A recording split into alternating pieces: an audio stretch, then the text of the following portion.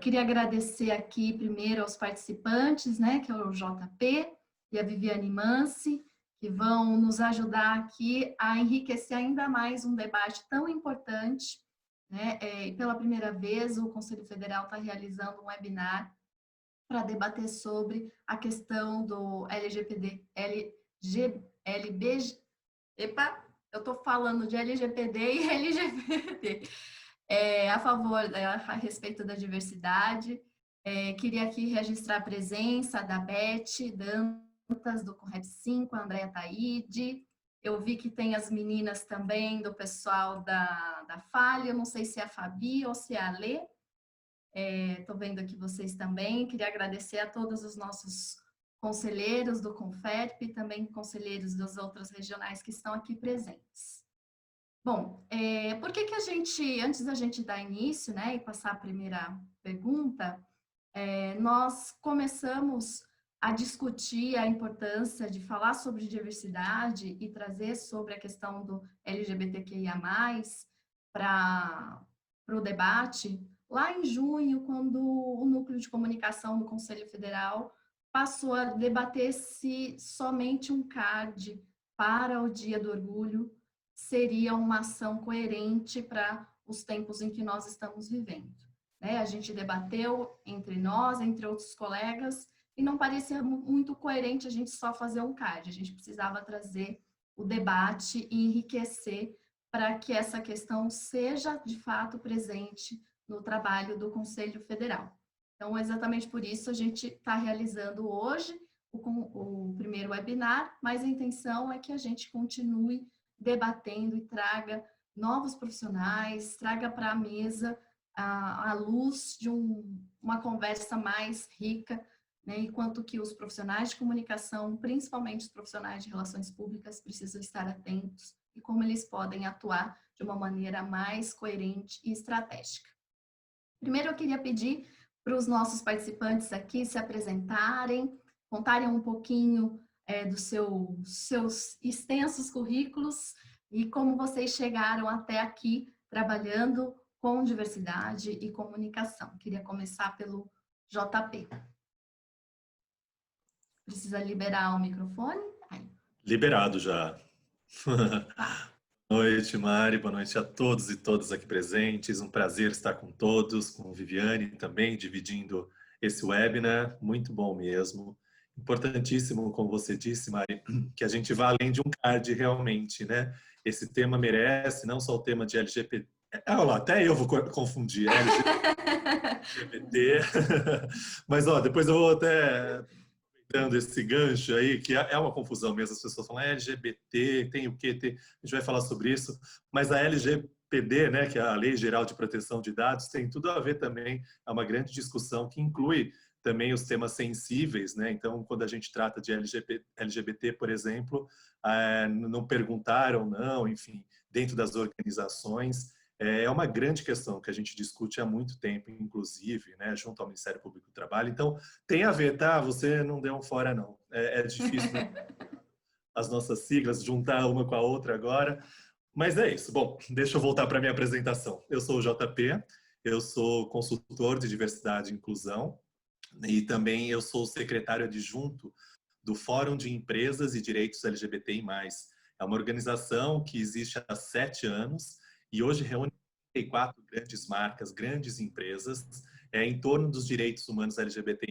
Então, a gente tem como principal premissa aí trabalhar com respeito, mas além do respeito, que seria, né, uma base, né, comum para todo mundo, a gente quer além, né, dessas empresas que se comprometem com esses 10 compromissos, a gente, além de respeito, fala aí da promoção dos direitos humanos LGBT.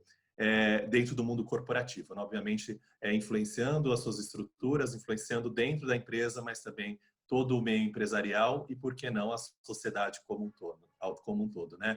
Em relação a toda essa temática da discriminação, da falta de oportunidade, enfim, a gente discute isso há 7 anos e tem crescido exponencialmente, então é muito legal ter participado nesses últimos 3 anos que estou dentro do fórum, né, ter visto esse crescimento. Mas antes disso, antes de estar aí trabalhando com diversidade, com inclusão, com as questões LGBTI+. Eu sou, na minha formação, ator, eu fiz artes cênicas, depois eu fiz jornalismo, e durante muitos anos eu trabalhei dentro de emissoras de TV, como produtor, crescendo, depois como coordenador, olhando para toda a parte, principalmente, não só de jornalismo, mas também toda a parte de entretenimento, que sempre foi uma das minhas paixões, né? Só que nesse processo todo, eu falo que sempre o meu day job, né, o trabalho do dia, né, também se confundia com o meu gay job, né, que o meu trabalho enquanto homem gay, cisgênero, sempre isso foi uma pauta interna, né, uma discussão a respeito da minha orientação sexual posta no mundo, neste mundo, nessa sociedade. Então, eu sempre fui buscando, né, ampliar minhas percepções, as minhas conversas, estudar, e acabei indo para a área de diversidade como um trabalho, realmente. Isso estou, pelo menos, trabalhando assim há 3 anos e pouquinho, mas com estudos, com outras coisas, mais anos, né? Então, esse é um pouquinho do meu percurso, né? Bastante prismático aí. Eu comecei, né, fazendo artes cênicas, depois fui de jornalismo, hoje trabalho com consultoria, enfim. Tudo tem muito da comunicação ligado à minha história, né? Dentro do meu trabalho, obviamente, no passado, mas hoje em dia também estou palestrando, a gente tem os comitês, a gente trabalha muito com a comunicação como uma ferramenta fundamental para a quebra da discriminação, né, dos preconceitos e também da discriminação.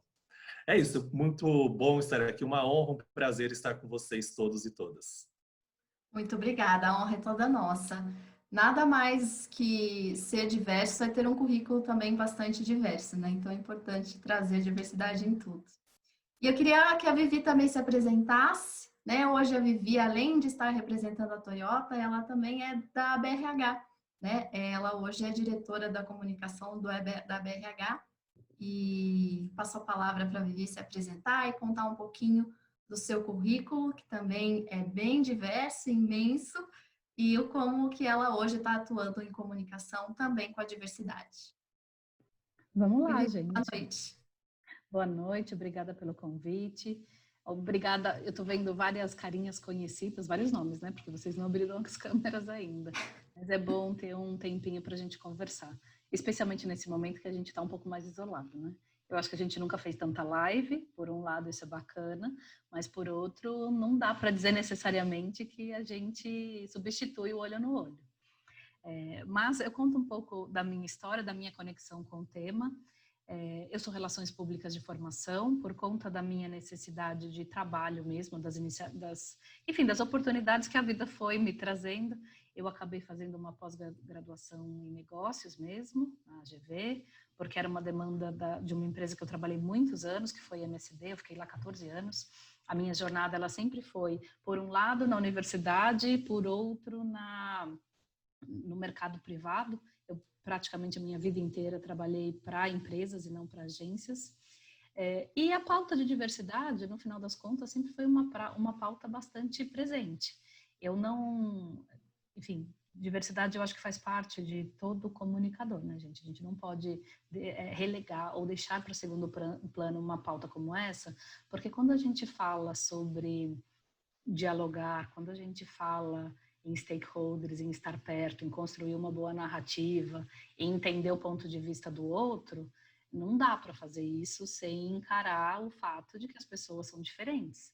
E eu não me refiro a uma diferença específica, mas as pessoas têm uma somatória de experiências diferentes, né? A gente estuda em lugares diferentes, vem de uma composição familiar diferente, tem acesso a coisas diferentes ao longo da vida e a gente também é tocado por coisas diferentes ao longo da vida, o que faz com que cada um de nós seja bastante único.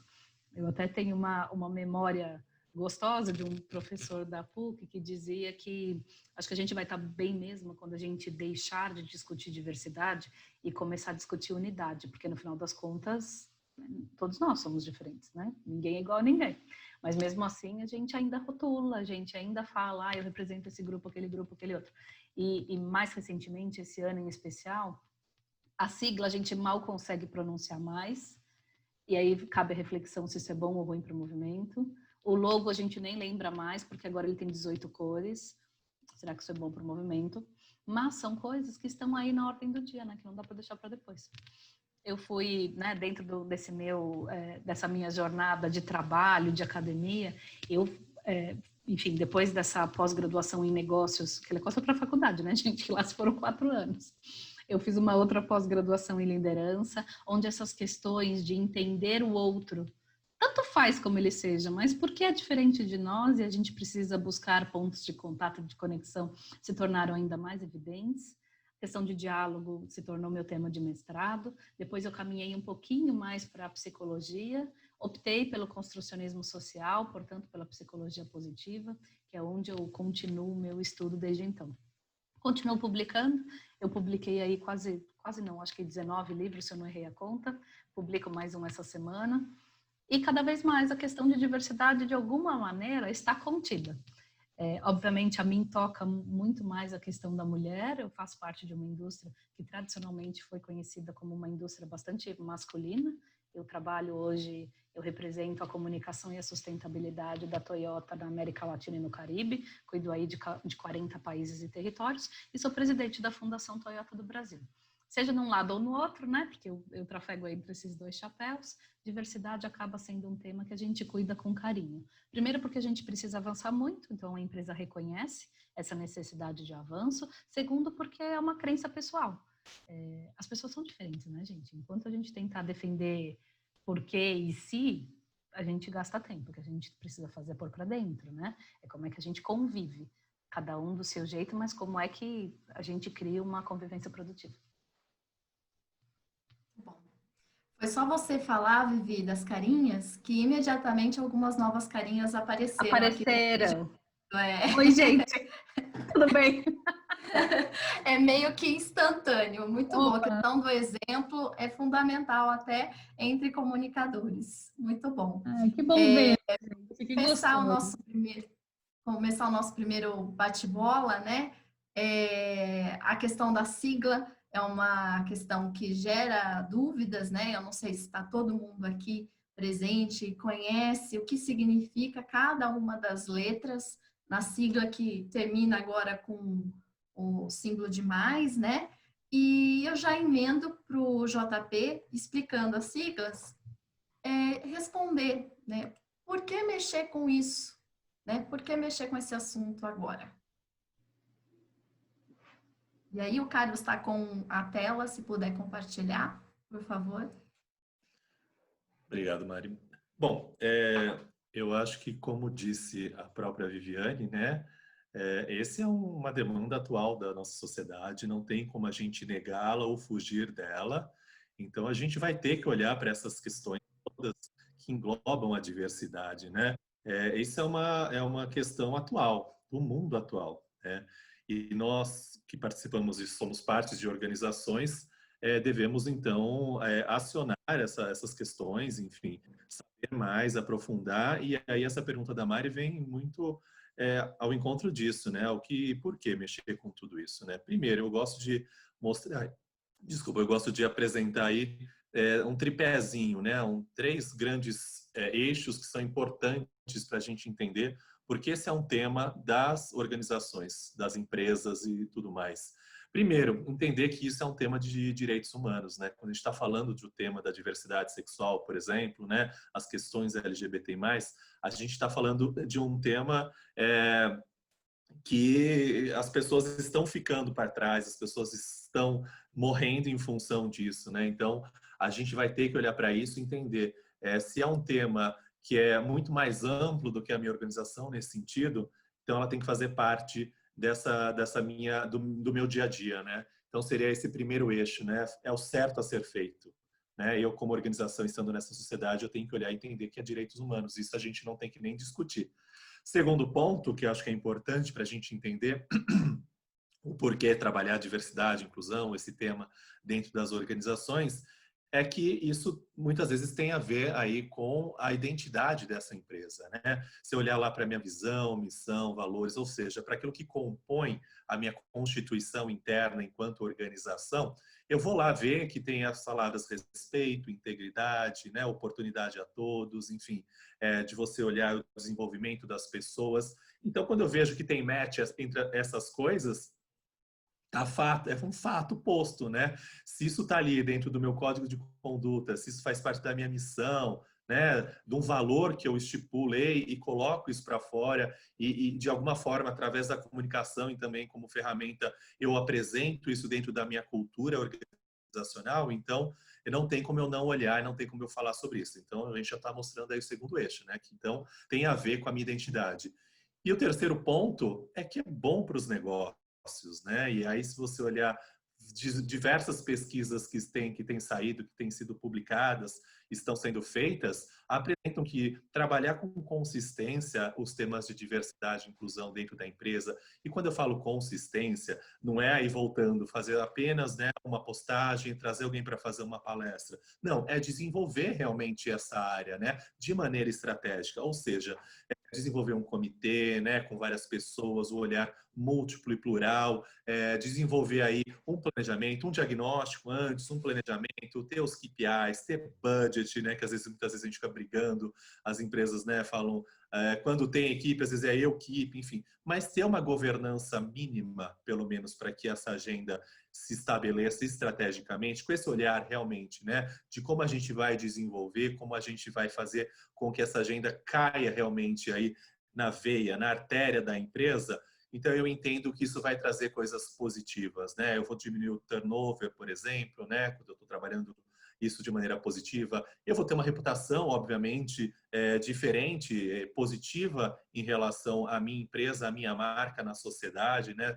Se eu tenho aí venda de produtos, ou então com os meus stakeholders como um todo, né? Quando eu contrato bem, né? Porque eu sou atrativo, enfim, porque eu sou um ambiente acolhedor, porque as pessoas querem ficar ali, né? Porque eu desenvolvo e essas pessoas não vão embora, isso vai fazer um bom negócio, né? Quando eu contrato bem e as pessoas eu não preciso demiti-las ou elas não vão embora, isso é um desenvolvimento sustentável desse negócio. Enfim, são diversos fatores. É importante citar alguns aqui, mas assim, se você pegar McKinsey, PwC e tantas outras grandes consultorias, outras organizações da sociedade civil que têm feito esse mergulhado, né, para pesquisas nesse âmbito da diversidade nas organizações, tem muitas coisas positivas. A mais recente delas talvez seja aqui uma da McKinsey, como eu citei, First Matters América Latina. Então, tem um olhar bem aqui para o nosso, né, para a gente. Geralmente, essas pesquisas trazem muito esse olhar ou mundial, ou muito Europa e Estados Unidos, mas essa mostra muito disso, né? A liderança, uma liderança inclusiva, o quanto isso é positivo,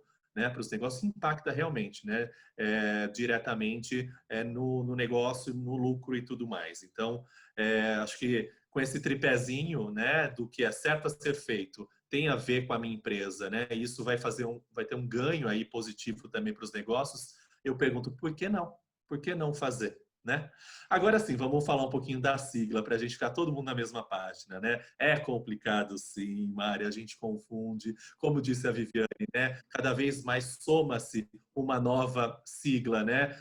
Uma nova letra nessa sigla. Começou lá, né? GLS, né? Antigamente, algumas pessoas, as que estão aí um pouquinho mais tempo, conhecem um pouquinho da história, já devem ter ouvido GLS, gays, lésbicas e simpatizantes, né? Como se simpatizantes fosse uma identidade, né? Foi uma sigla extremamente comercial, desenvolvida até para estabelecimentos, enfim, que respeitavam esse olhar da diversidade sexual. Mas aí ela vem aumentando e vem crescendo, e sobre isso que a gente vai falar. Umas perguntinhas que eu gosto quando eu falo desse tema por exemplo, se você já pensou, se você sabe responder essas perguntas, por exemplo, daqui das pessoas que estão aqui com a gente, quem se identifica como uma pessoa cisgênera, por exemplo, hein? Será que você sabe o que é isso? O que é uma pessoa cisgênera? O que é uma pessoa intersexo, por exemplo, né? Ou intersexual?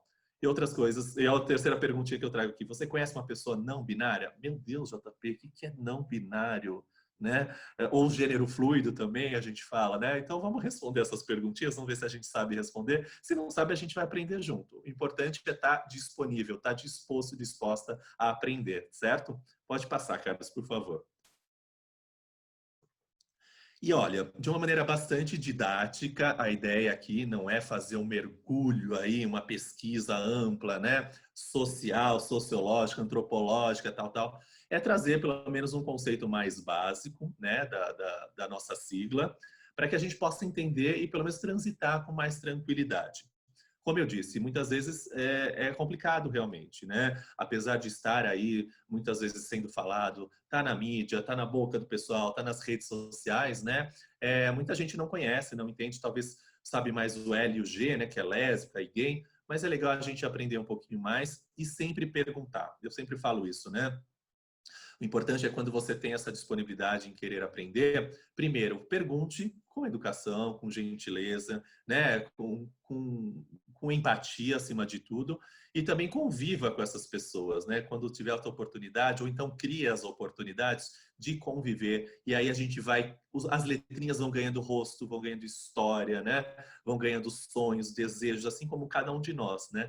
Então, e outra coisa, quando a gente fala de diversidade sexual, apesar de a gente olhar para a temática LGBTI+, né, a gente está falando da sexualidade como um todo. Então, se você não se encaixa, não se entende, não se identifica como LGBT, você se identifica, ou de repente, com uma pessoa heterossexual, por exemplo. Ou seja, a gente tem uma sexualidade, né? Tem uma relação aí da sexualidade. Então, estamos falando de todos nós acima de tudo. Mas é importante entender que quando a gente coloca a luz, coloca a lupa sobre alguns grupos, né?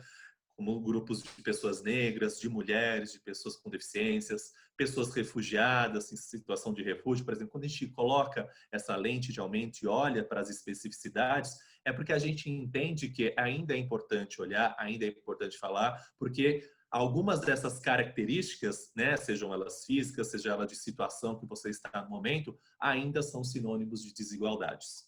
Então, isso que é o grande pulo do gato aí, né? Então, entender isso é super importante. Mas vou voltar lá às letrinhas, senão eu vou falando aqui, Mari. Vamos lá.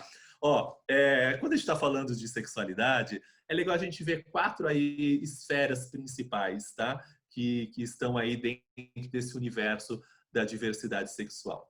Uma delas, que acho que é a mais simples, assim, mais clara e mais que a gente escuta mais falar, é em relação à orientação sexual. Olha, tá vendo ali o coraçãozinho do bonequinho, né? O nosso gingerbread. Só fazer uma explicação, parênteses, esse é um esqueminha que foi feito por um grupo, uma ONG americana, se não me engano. Isso é muito divulgado. As pessoas usam para essa maneira didática de explicar essa questão da sexualidade. Então, vamos falar sobre orientação sexual, que está aí direcionado no coração do nosso bonequinho. Quando a gente fala de orientação e nunca opção sexual, tá? Quando a gente pensa na palavra opção, a ideia é a escolha, né? E quando a gente fala de orientação, não é uma questão de escolha, né? Eu sempre brinco, quem levantou hoje e fala, hoje eu vou ser hétero. Acordei, nossa, hoje eu tô mais bissexual. Ou amanhã, nossa, amanhã talvez eu esteja mais homossexual, tal. Então, não é assim. Então, quando você fala opção, dá a entender, né? E isso a gente tem que quebrar realmente na nossa comunicação, voltando ao tema aqui do nosso webinar, na nossa comunicação, o quanto é importante a gente olhar e entender as palavras. Então, orientação sexual sempre, tá bom? Então, quando a gente fala de orientação, é para onde eu me oriento, a minha afetividade, o meu desejo sexual, por exemplo.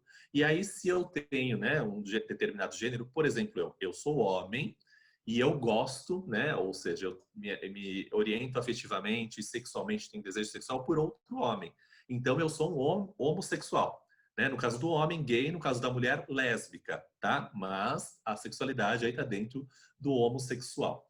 Se a pessoa gosta e se orienta, né, sexualmente e afetivamente por pessoas de 2 gêneros, então ela é bissexual, e quando é por pessoas do gênero oposto ao seu, a pessoa se identifica como heterossexual. Fácil até aqui, né? Podemos pular para a próxima. Tranquilinho? Creio. Sim. Tranquilinho. Muito obrigado, Gabriele. Tranquilinho. Vamos para a próxima, então. Quando a gente fala de identidade de gênero, né? A gente está falando aí, dentro do bonequinho, para o cérebro aí. É como eu me identifico, como eu me entendo enquanto gênero, enquanto ser humano, né? Existem aí, dentro da identidade de gênero, a gente pode entender as pessoas que são consideradas transgênero. Já ouviram essa palavra, né? Que dentro de transgêneros aí a gente pode falar do homem transexual, da mulher transexual ou da travesti. Ah, JP, tem alguma diferença, né, entre a mulher transgênero, a mulher transexual, a mulher travesti? Em sumo, assim, não. Ah, mas uma fez a cirurgia, a outra não, uma se veste. Não, a gente tem aí mais essas nomenclaturas, né, transgênero como um guarda-chuva maior, que traz aí a mulher trans, o homem trans e a travesti sempre no feminino, tá? A travesti, porque a pessoa se identifica como uma mulher. Então, você nunca vai usar o travesti, por exemplo. É sempre a travesti, né? Essa nomenclatura travesti ou mulher trans, transexual, na verdade é só uma questão de escolha, muitas vezes, né? Com um cunho mais político, né? A nomenclatura, né? A palavra travesti traz com ela uma questão social, muito ligado à prostituição, às vezes. Então, tem umas mulheres que falam, não, eu sou travesti como um ato político realmente, mas em suma, assim, não tem uma diferença em fez ou não fez a cirurgia, toma ou não toma hormônio. Na verdade, é mais como a pessoa se identifica. Então, quando a gente está falando das pessoas trans, vamos colocar nesse grupo aí, né? A gente está falando sobre identidade de gênero, a gente está falando daquelas pessoas que, ao nascerem, né, foi designada essa pessoa a um determinado gênero, geralmente pela questão genital. Então, quando nasci, por exemplo, me olharam, viram um pênis e falaram menino. Só que no decorrer da vida dessa pessoa, ela não se identifica como menino, ela se identifica como menina. Então, é uma mulher trans, ok? O contrário, a pessoa nasceu, olharam, tinha uma vagina e falaram, menina, né? Aqui, colocada na sociedade como menina, aí tem que seguir todo aí, né, a jornada da mulher na sociedade. Aí essa pessoa não se identifica como mulher, ela se identifica como homem, né?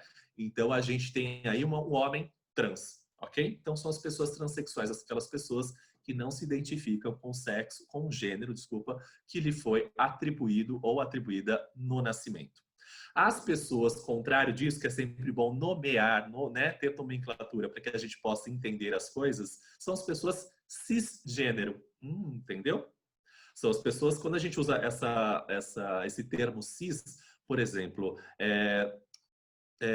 bacia cisplatina, né, que fica de um dos lados do Rio da Prata, né?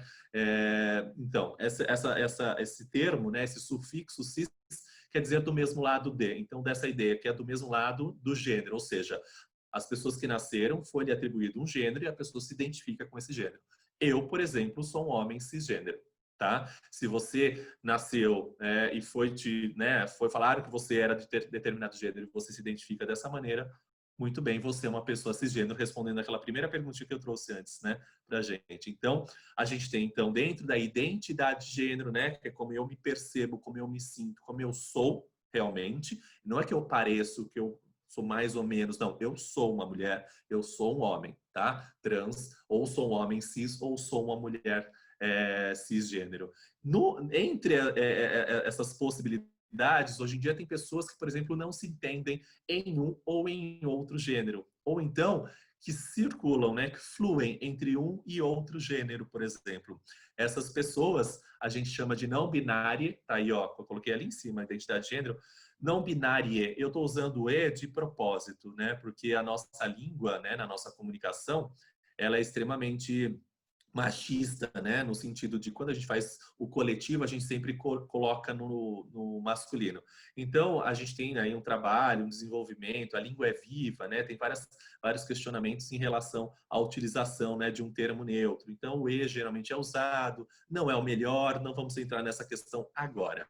Mas aí o não binário, a pessoa não binária, então, né? São essas pessoas que não se identificam com esse binarismo de gênero. Então, ela pode se entender como masculino, feminino, ou ambos, né? Ou nenhum deles, tá? Então, são as pessoas não binárias que a gente tem visto cada vez mais crescente falando sobre esses temas, entrando nas nossas organizações, e aí a gente vai ter que lidar com essa questão. Beleza? Orientação sexual, passamos. Identidade de gênero, passamos, ok? Quando a gente fala do sexo biológico, a sexualidade está ligada também, né? As pessoas tendem a biologizar muito, né? Trazer para esse olhar da natureza, né? Então, as brigas muitas vezes acontecem. Não, essa coisa trans não funciona, não existe, é uma bobagem, porque se nasceu com pênis é homem, se nasceu...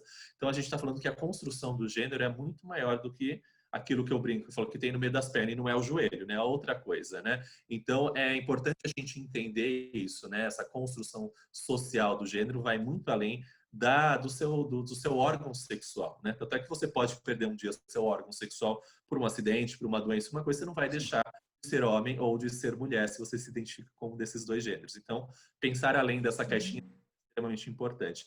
Mas também dentro da sexualidade, a questão biológica faz parte. Por exemplo, Eu posso aí chamar de homem e mulher, ou indo mais para o natural, se eu tenho um pênis, eu sou macho, se eu nasci, né, com vagina, os hormônios, órgãos internos ligados à questão feminina, eu sou fêmea, né? E existem pessoas, né, que nascem sem uma definição, por exemplo, desde a genitália até dos órgãos, de hormônios e outras questões. Pode até ter dentro do genoma, né, da genética dessa pessoa, ela ser XXY, quando geralmente, né, XX é a mulher, XY é o homem. Tem pessoas que podem nascer com XXY e nem a ciência consegue dizer se essa pessoa é do gênero masculino ou do feminino. Então, essas pessoas são as pessoas intersexo. Respondendo a segunda perguntinha que eu fiz no início da conversa, tá? Antigamente, né? Antigamente a gente usava o termo hermafrodita. Caiu, preconceituoso, porque também fica muito ligado a essa questão animalesca, do animal e tudo mais, a planta e tudo mais, biológica. Então, as pessoas intersexo ou pessoas intersexuais. Ok?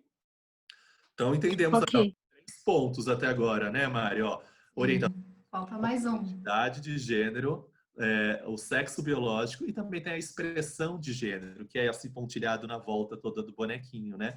E aí que se refere, na verdade, mais a como a gente expressa, né, na nossa sociedade. Como tipo de roupas eu visto, como eu corto meu cabelo, se eu uso isso ou aquilo, né? Enfim, existe uma expectativa em relação à performance de gênero, que a gente chama, né? A mulher tem um caminho a ser trilhado, né? Então ela tem que ser vaidosa, ela tem que ser maternal, ela tem que usar o cabelo comprido, ela tem que se maquiar, enfim, ela tem toda aí uma performance que se espera da mulher. O homem, contrário, ele não pode se emocionar, ele tem que ser bravo, ele tem que ser provedor, né? Ele não pode usar saia, não pode usar cabelo comprido, batom, essas coisas, pintar unha, né? Então, a gente tem essas questões na expressão ser mais masculina ou mais feminina, e tem pessoas que misturam tudo isso, né? Na verdade, coloca saia, pinta unha, ou mulheres que usam cabelo curto e isso não tem necessariamente a ver com a sua orientação sexual e identidade de gênero. Uma mulher hétero pode, de repente, se expressar com roupas que são atribuídas mais ao masculino, e o homem também pode pintar unha, ter cabelo comprido, usar brinco, e de repente ser um homem heterossexual, tá? É legal entender, inclusive, isso, né? E aí, desculpa, só antes, quando a gente está falando dessas pessoas, né, que tem essa expressão mais andrógena, que é esse meio de caminho, né? Quando a gente não tem, às vezes você olha e fala, nossa, essa é um menino ou menina, porque eu não consigo identificar naqueles padrões sociais vigentes, tá? Só para finalizar, é importante entender que assim as coisas aqui funcionam separadamente. Então, eu posso, por exemplo, na minha identidade de gênero, me entender como homem, ou seja, né, nasci com a vagina, fui identificado como mulher, mas eu me entendo como homem, e eu posso me relacionar com os dois, ter interesse sexual e afetivo por duas pessoas. Então, eu sou, por exemplo, um homem trans bissexual. Ah, então, mas eu posso ser então uma mulher trans, ou seja, nasceu, né, de maneira bem rápida, assim, nasceu com pênis, mas se identifica como mulher, ou seja, é uma mulher trans e gosta de mulher, ou seja, né, no nascimento foi dado como homem, mas se identifica como mulher, ou seja, é uma mulher trans, mas se relaciona afetivamente, sexualmente com mulher. Então, essa é uma mulher trans lésbica. Ou seja, as coisas podem aí se encaixar de diversas formas. É importante entender isso também. Próximo slide, por favor, para eu ir rápido, porque senão eu fico falando aqui. Bom, então é isso. Ó. Quando a gente está falando de LGB, a gente está falando de orientação sexual, que é lésbica, gay, bissexual. Quando a gente está falando de identidade de gênero, a gente está falando aí da letrinha T, né? São as pessoas trans, as travestis e tudo mais. Nas características biológicas, o I, que é o intersexo. E o mais, né? A própria Mari falou, mais traz essa complexidade, né? Mostra que tem outras letrinhas, outras coisas. Então, o próximo slide vai falar um pouquinho disso, que são algumas letrinhas que a gente encontra nessa sigla. A gente aqui, eu tô falando eu como fora, a gente usa o LGBTI+, tá? Porque é uma ideia aí do movimento social, como o movimento social tem desenvolvido isso, a gente tende a seguir o movimento movimento social sem que a gente invente modas. Mas tem muita gente que utiliza, por exemplo, olha aí, LGBTQIAP+. Eu falo é que nem o centro, é de A a zinco, né? A gente é que nem vitamina, a gente é bem vitaminado, pessoal, a turminha aí do LGBT+. E algumas letrinhas se referem, por exemplo, o A. O A é o assexual. são as pessoas que não sentem desejo, não sentem afetividade, enfim, principalmente o desejo sexual por outras pessoas. São aquelas pessoas que não têm esse interesse. E aí também eu estou falando de maneira, vale ressaltar e grifar, estou falando isso de uma maneira bastante didática, tá? Porque dentro da sexualidade tem várias camadas que podem ser discutidas e debatidas. O P é o pansexual. Já ouviram falar desse? Alguém sabe? Entende? Já ouviu? Sim, Ah, legal.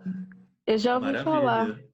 E aí as pessoas ficam muito na dúvida, né? O pansexual, como ele se difere do bissexual, por exemplo, né? O pansexual, conceituando, né? São aquelas pessoas que se interessam por outras pessoas, independente da sua orientação sexual e independente da sua identidade de gênero, se essa pessoa é binária, se ela não é binária, enfim, né? O bissexual ainda alguns falam, e aí são as polêmicas dentro do universo LGBT+.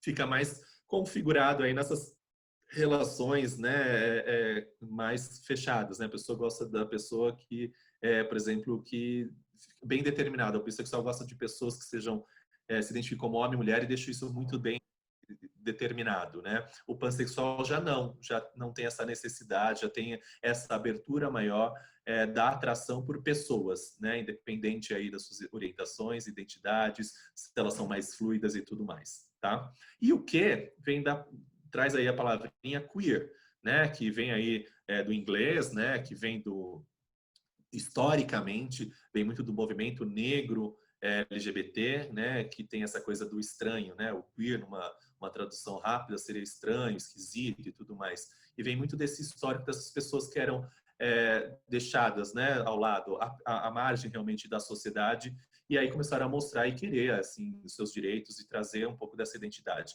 E o queer, até trazendo um pouquinho da conversa aí, da fala da Viviane, né, vem meio nesse quebrar essas letrinhas todas, né? A ideia é a gente entender a nossa unidade realmente. Somos cada um ser único aí com zilhões de possibilidades. Então, o queer vem nessa ideia, somos isso, somos aquilo, somos muito mais, entendeu? Somos todos dentro dessas possibilidades, não queiram nos encaixar em uma ou outra, né? Porque eu posso fluir. E tem uma fluidez que é muito natural da questão da sexualidade, quando a gente se permite, inclusive, quando a gente pensa sobre isso e quando a gente olha para a nossa sociedade, né? Quantas pessoas não viveram uma vida cisgênera, casado, com um filho, e de repente na velhice, às vezes, se identifica, se apresenta como uma pessoa trans, né? Tantas pessoas que tiveram casais heterossexuais, de repente se entende como bissexuais ou como homossexuais, enfim. Existe uma percepção, uma coisa viva em relação à sexualidade, uma fluidez que acho que o queer vem muito para esse futuro, né? Ainda acredito que é importante a gente nomear e entender cada uma das letrinhas, dialogar sobre essas questões na sociedade, porque são demandas muito específicas, né? A pessoa lésbica, por exemplo, traz nela as questões da sua sexualidade, mas as questões também do fato de ser mulher, né? Numa sociedade machista. A pessoa trans negra, por exemplo, compõe nessas suas camadas aí de exclusão o fato de ser trans, mas o fato de ser negra também, enfim. Então, ainda é importante que algumas dessas letrinhas trazem as suas especificidades, né? Eu sendo homem, gay, branco, classe média, que tive a oportunidade de estudar, é muito diferente de uma mulher trans, travesti, da periferia negra, entendeu? Com algum tipo de deficiência. Então, a letrinha junta aí todo mundo né, dentro dessa comunidade, mas ela é muito diferente em cada uma delas. Para finalizar... Obrigada, JP. A gente está acabando com as siglinhas, né? Deu para entender, eu acho. Deu. Aqui o chat bombou, né? O pessoal, conforme você foi falando, já foi respondendo, a Beth também contribuiu aqui, o pessoal acho que já entendemos. Isso é importante, inclusive, quando a gente entende e a gente fala que mas é óbvio, né? O óbvio precisa ser dito, inclusive, para a gente, enquanto comunicação no contexto organizacional, sabemos utilizar melhor os artigos, como denominar ou não, né? A gente faz muita pesquisa de clima e às vezes a gente não coloca corretamente as nomenclaturas, isso acaba, na CNV, a gente acaba agredindo e muito, né? As pessoas que estão ali participando, né? Então, acredito que conhecer bem a sigla, entender antes da gente escrever qualquer texto, é quase que uma prática de CNV que a gente precisa colocar no nosso dia a dia. E aí, depois dessa aula, né, que acho que esclareceu bastante a mim, principalmente, CNV, né, para quem não conhece exatamente a sigla, é a comunicação não violenta, né, que é até um tema da ABEG desse ano, né, em que ela está sendo aplicada para o contexto da comunicação organizacional, né, e ela pode ser aplicada de várias maneiras, inclusive textual, nas imagens, a gente ter imagens diversas, colocar um texto que seja inclusivo, né, isso também é importante entender a diversidade. E aí eu queria fazer um gancho com a Vivi, né, que o JP falou muito no começo da fala, a questão da missão, né, das empresas que tem respeito nos valores, né, tem diversidade, inovação, muitas vezes, que eles acabam traduzindo no dia a dia como sendo diverso. E eu queria perguntar para a Vivi, para trazer um pouco da sua experiência em grandes organizações, como trabalhar a questão da diversidade, mas aí de uma forma estratégica, não só ser diverso nos banners, não só ser inclusivo nas propagandas externas, não só ser na visão, na missão e nos valores, que é muito desafio de quem trabalha com comunicação interna, né? A gente vivenciar na prática o que está escrito. Parece ser simples, mas é muito difícil. Quem aqui trabalha com comunicação organizacional, escrever a missão demora bastante, mas viver a missão e os valores também é um desafio maior. Como ser estratégico dentro das organizações, trabalhando a questão da diversidade, Vivi? Bom, antes de mais nada, obrigada pela aula, JP, que gostoso te ouvir, obrigada. Gente, sabe o que eu fiquei imaginando? Que quando boa parte das empresas criam a sua missão, os seus valores, falando de respeito, por exemplo, respeito é um negócio tão amplo, e sei lá, vamos pensar juntos aqui, se a gente pegar uma missão que foi escrita há 15 anos, qual era o nível de consciência que as pessoas envolvidas tinham sobre a metade do que o JP falou? Provavelmente era um nível de confiança, não de confiança, mas um nível de conhecimento muito mais raso do que o que a gente teve chance de ir refletindo e dando nomes, né? De um tempo para cá. E dar nome, gente, é bastante relevante porque é onde você vai criando repertório para poder se assumir dentro de uma posição, defender uma posição. Embora eu tenha alguma dificuldade, né? Comecei falando para vocês sobre como é difícil a gente representar todos esses grupos e não dar uma mancada, né? Falando em bom português. Mas, por outro lado, se isso existe, a gente tem que entender que é o lugar de fala de alguém que precisava, de alguma maneira, dizer, olha, nada do que você faz aí faz sentido para mim. Então, eu quero ser visível para essa empresa, ou para esse grupo, ou para essa instituição, porque de alguma forma isso é importante para mim. Então, eu queria pegar um gancho no que o JP comentou sobre consistência, que eu acho que tem um pouco a ver com o que você pergunta também, Mari. Quando a gente fala em criar consistência, não se cria de um jeito diferente que não atuar todo dia, né, gente? A consistência, ela vem da gente ter consciência, ter ciência sobre aquilo que a gente faz todo dia. O que a gente precisa do ponto de vista das áreas de comunicação, agora, enfim, vou fazer um mergulho mais fundo ainda, que assim, qual que é o nosso papel verdadeiro dentro das organizações? A gente está lá para colocar o bloquinho debaixo do braço e quando uma gestão chama, a gente ir lá perguntar pois sim, pois não? Ou o nosso papel é ajudar a formar uma forma, uma narrativa, um jeito de ser que esteja mais consistente, mais alinhado com as expectativas sociais. Eu gosto sempre de lembrar que por trás de um nome fantasia existe uma razão social, na extensão do tema que isso traz, que é uma primeira questão. A segunda questão é como é que a gente é para todos. E não se trata só de a gente vender produto, se trata de como a gente se relaciona.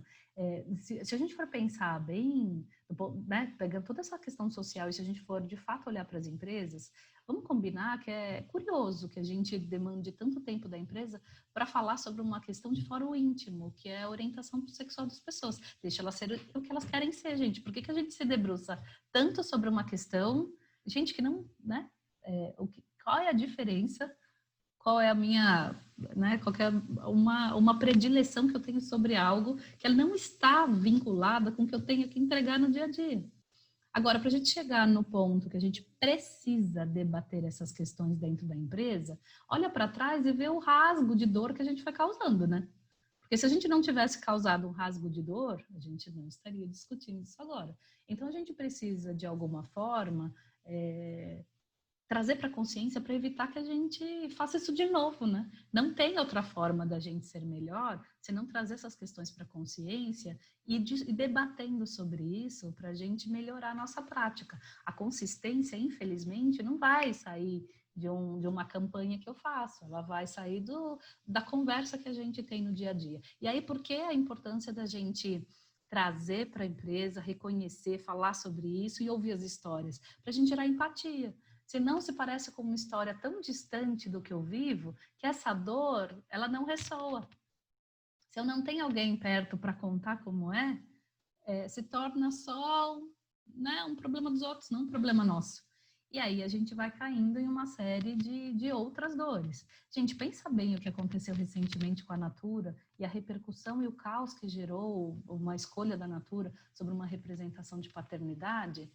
A gente está meio doente, né? Para dedicar tanto, enfim, para colocar isso como um problema. A gente é diverso, deixa aparecer.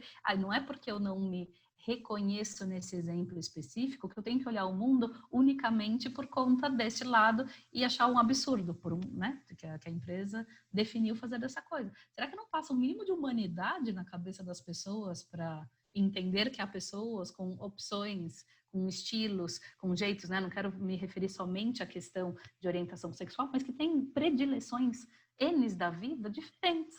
Por que a gente é tão fechado? E aí vou retomar a fala tão inspiradora do JP. Por que a gente faz tanta questão de colocar as pessoas na caixa?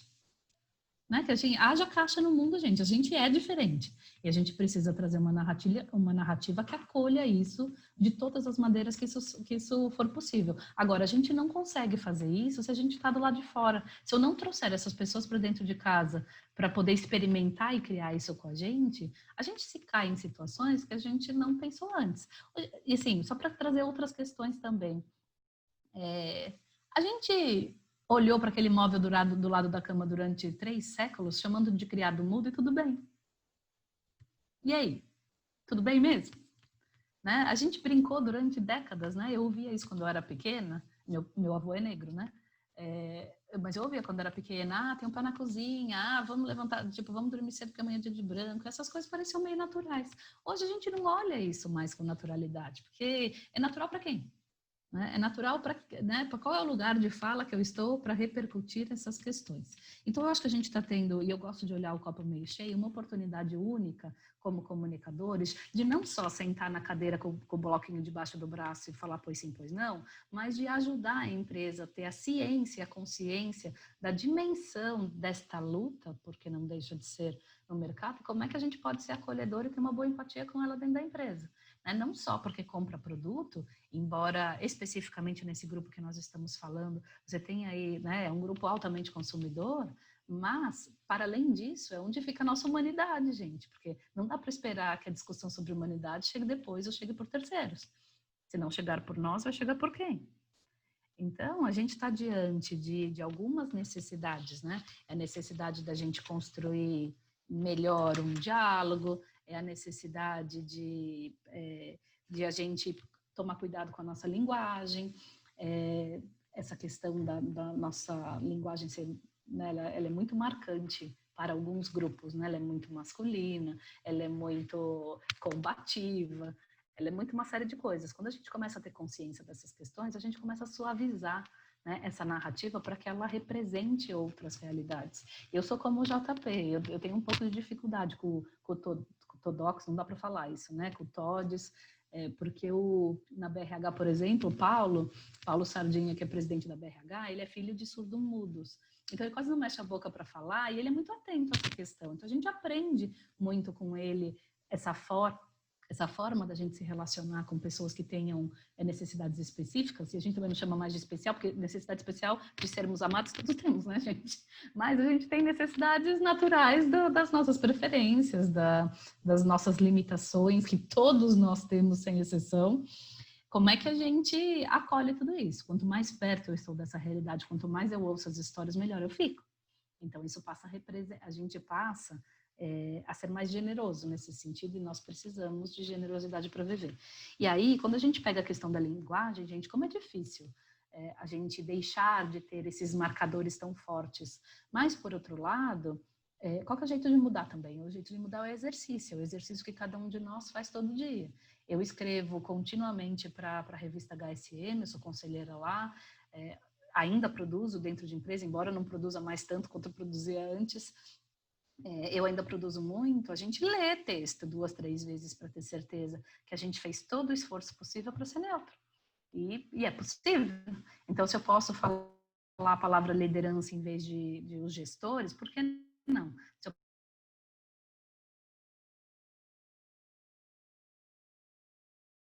Então, esse é um aprendizado contínuo. Só que só aprende quem está disposto. Então, eu acho que esse é um das grandes contribuições que a comunicação tem nas organizações, é como é que eu crio um ambiente em que a gente permita as pessoas terem esse cuidado.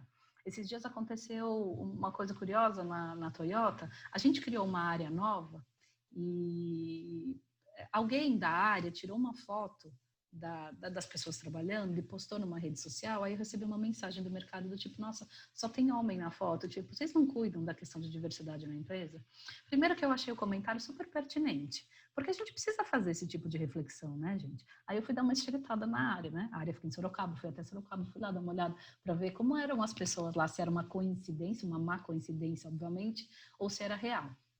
A Toyota está cuidando da questão de gênero, mas a gente está bastante longe, né, de ter equilíbrio, então nós estamos trabalhando a questão. E a gente abriu essa discussão lá na área, como é que é isso? Né, a gente chamou, né, as moças, como é que é para vocês? Então a gente tem ampliado o diálogo. Vocês imaginam que numa organização que as pessoas fazem carreira, né, as pessoas têm 15, 20, 30 anos de casa, as pessoas entram e se aposentam na Toyota. É muito difícil alguém, que é o meu caso, aliás, vir de fora. Em geral, as pessoas entram novinhas, né, de 18 anos e ficam lá até se aposentar. E aí a gente tem um mercado que não cresce. O que eu faço? Eu tenho baixíssima contratação, um grupo de trabalho bastante masculino hoje. Eu vou desligar uma pessoa que está lá só porque eu preciso melhorar a questão de diversidade de gênero. Eu não estou dizendo que isso é pouco importante, gente, mas quando a gente vai para as vias de fato, para a operação que eu tenho que ter, o que eu faço com uma pessoa que está performando bem e fala, tchau, porque eu preciso melhorar a minha questão de gênero? É super complexo. Então, mais do que a gente combater, a gente precisa conversar.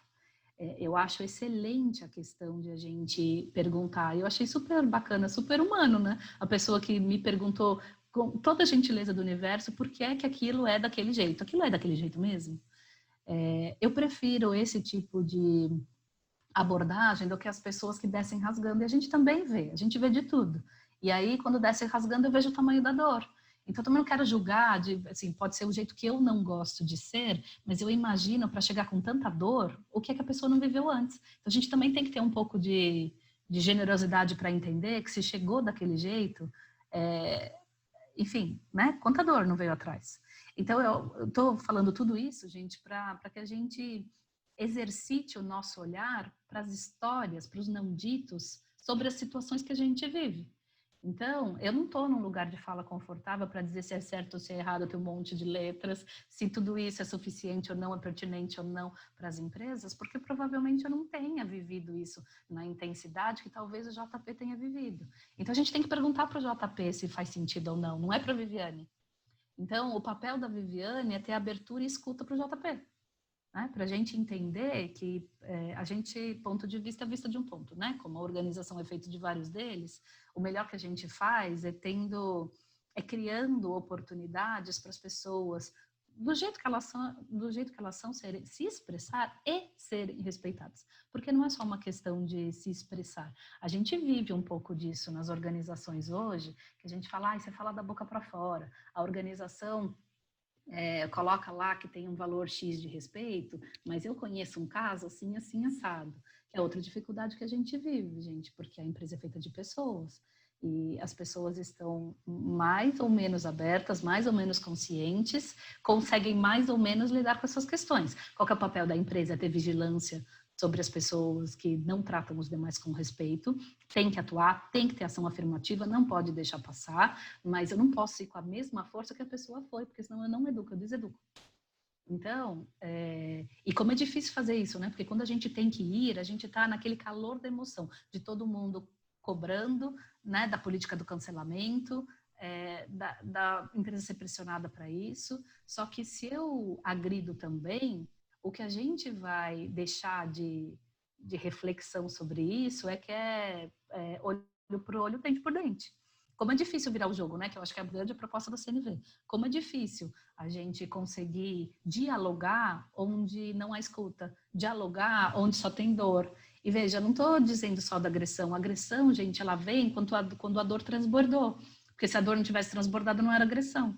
Então, a gente está longe, mas bem longe de conseguir um ambiente tão maduro a ponto de a gente trazer todas essas conversas, especialmente porque isso requer tempo.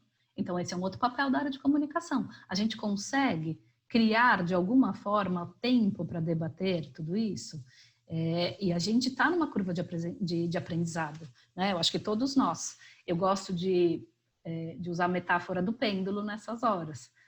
A gente tem um pêndulo muito pesado nas mãos, erguido aí por um fio de nylon. Quando você pega esse pêndulo e faz pressão dele para um lado, você tem lá o que eu poderia chamar de impotência. Quando você solta o pêndulo, o que ele faz? Porque ele é pesado, ele vai com tudo para o outro lado. É onde eu vou chamar de prepotência. E ele vai precisar de um tempo, gente, para entrar no seu equilíbrio perfeito, para a gente chamar de potência, que é onde a gente tem que estar e respeitar a todos. A questão é que a gente, na prática, vai encontrar nas organizações tudo isso. Né? O que a gente precisa ser cuidadoso e a gente precisa ter musculatura é para não deixar passar umas coisas feias, sabe? Outro dia eu estava com um colega X de uma empresa, esse colega, assim, já perto da aposentadoria, muitos anos de casa, fez coisas muito relevantes na vida, e ele me contava sobre um dos feitos da carreira dele, e ele falava assim, você sabia que na década X eu fui a primeira pessoa que criou um ambiente, que contratou e criou uma operação X só com mulheres? Gente, eu tava enchendo a boca para falar, poxa, que coisa bacana, e ele solta, porque você sabe, né, ganha menos. Aí eu dei uma risada. Tava indo bem. Eu falei, sério que a gente tá discutindo isso? Sério que você falou isso para mim? Não sei se você notou alguma coisa, alguma pequena semelhança com o caso que você deu. E sério que você acha que é bonito falar isso? Então não fala isso para as pessoas, porque é muito feio. Assim, não tem nenhuma graça no que você está falando, você vai passar vergonha. Então não fala mais, que essa seja a última vez. Eu não achei graça no que você está falando, eu ri de nervoso. Não achei graça no que você está falando e você não deixa uma impressão positiva de quem você foi. Né? Talvez essa seja na sua biografia algo para você pedir desculpa, né? Não para você contextualizar sobre o momento que nós vivíamos na década X. Não pode, gente. Então tem determinadas coisas que, veja, eu estou relatando para vocês uma conversa que foi, né? A gente estava num trem, enfim, só nós dois. A gente precisa, quando estamos só nós dois, eu tenho abertura e possibilidade de falar com essa clareza, com essa transparência. Agora, dentro da organização, você pega alguém sendo mal educado, precisa chegar junto e falar oi, né? Não é legal desse jeito. Isso constrange. Qual é a piada? Qual é a graça? Não faz piada desse jeito. Cuidado com o termo que você usa. Enfim, a gente precisa orientar as pessoas. Se a gente teve a chance, a oportunidade de ter um pouco mais de esclarecimento sobre essas questões, é hora da gente compartilhar isso com as outras pessoas. Nem sempre é fácil, nem sempre as pessoas estão preparadas para isso, mas é o nosso papel. Então, é uma contribuição objetiva que a gente dá, mesmo a gente não representando, gente, tantos grupos que existem aí para serem representados.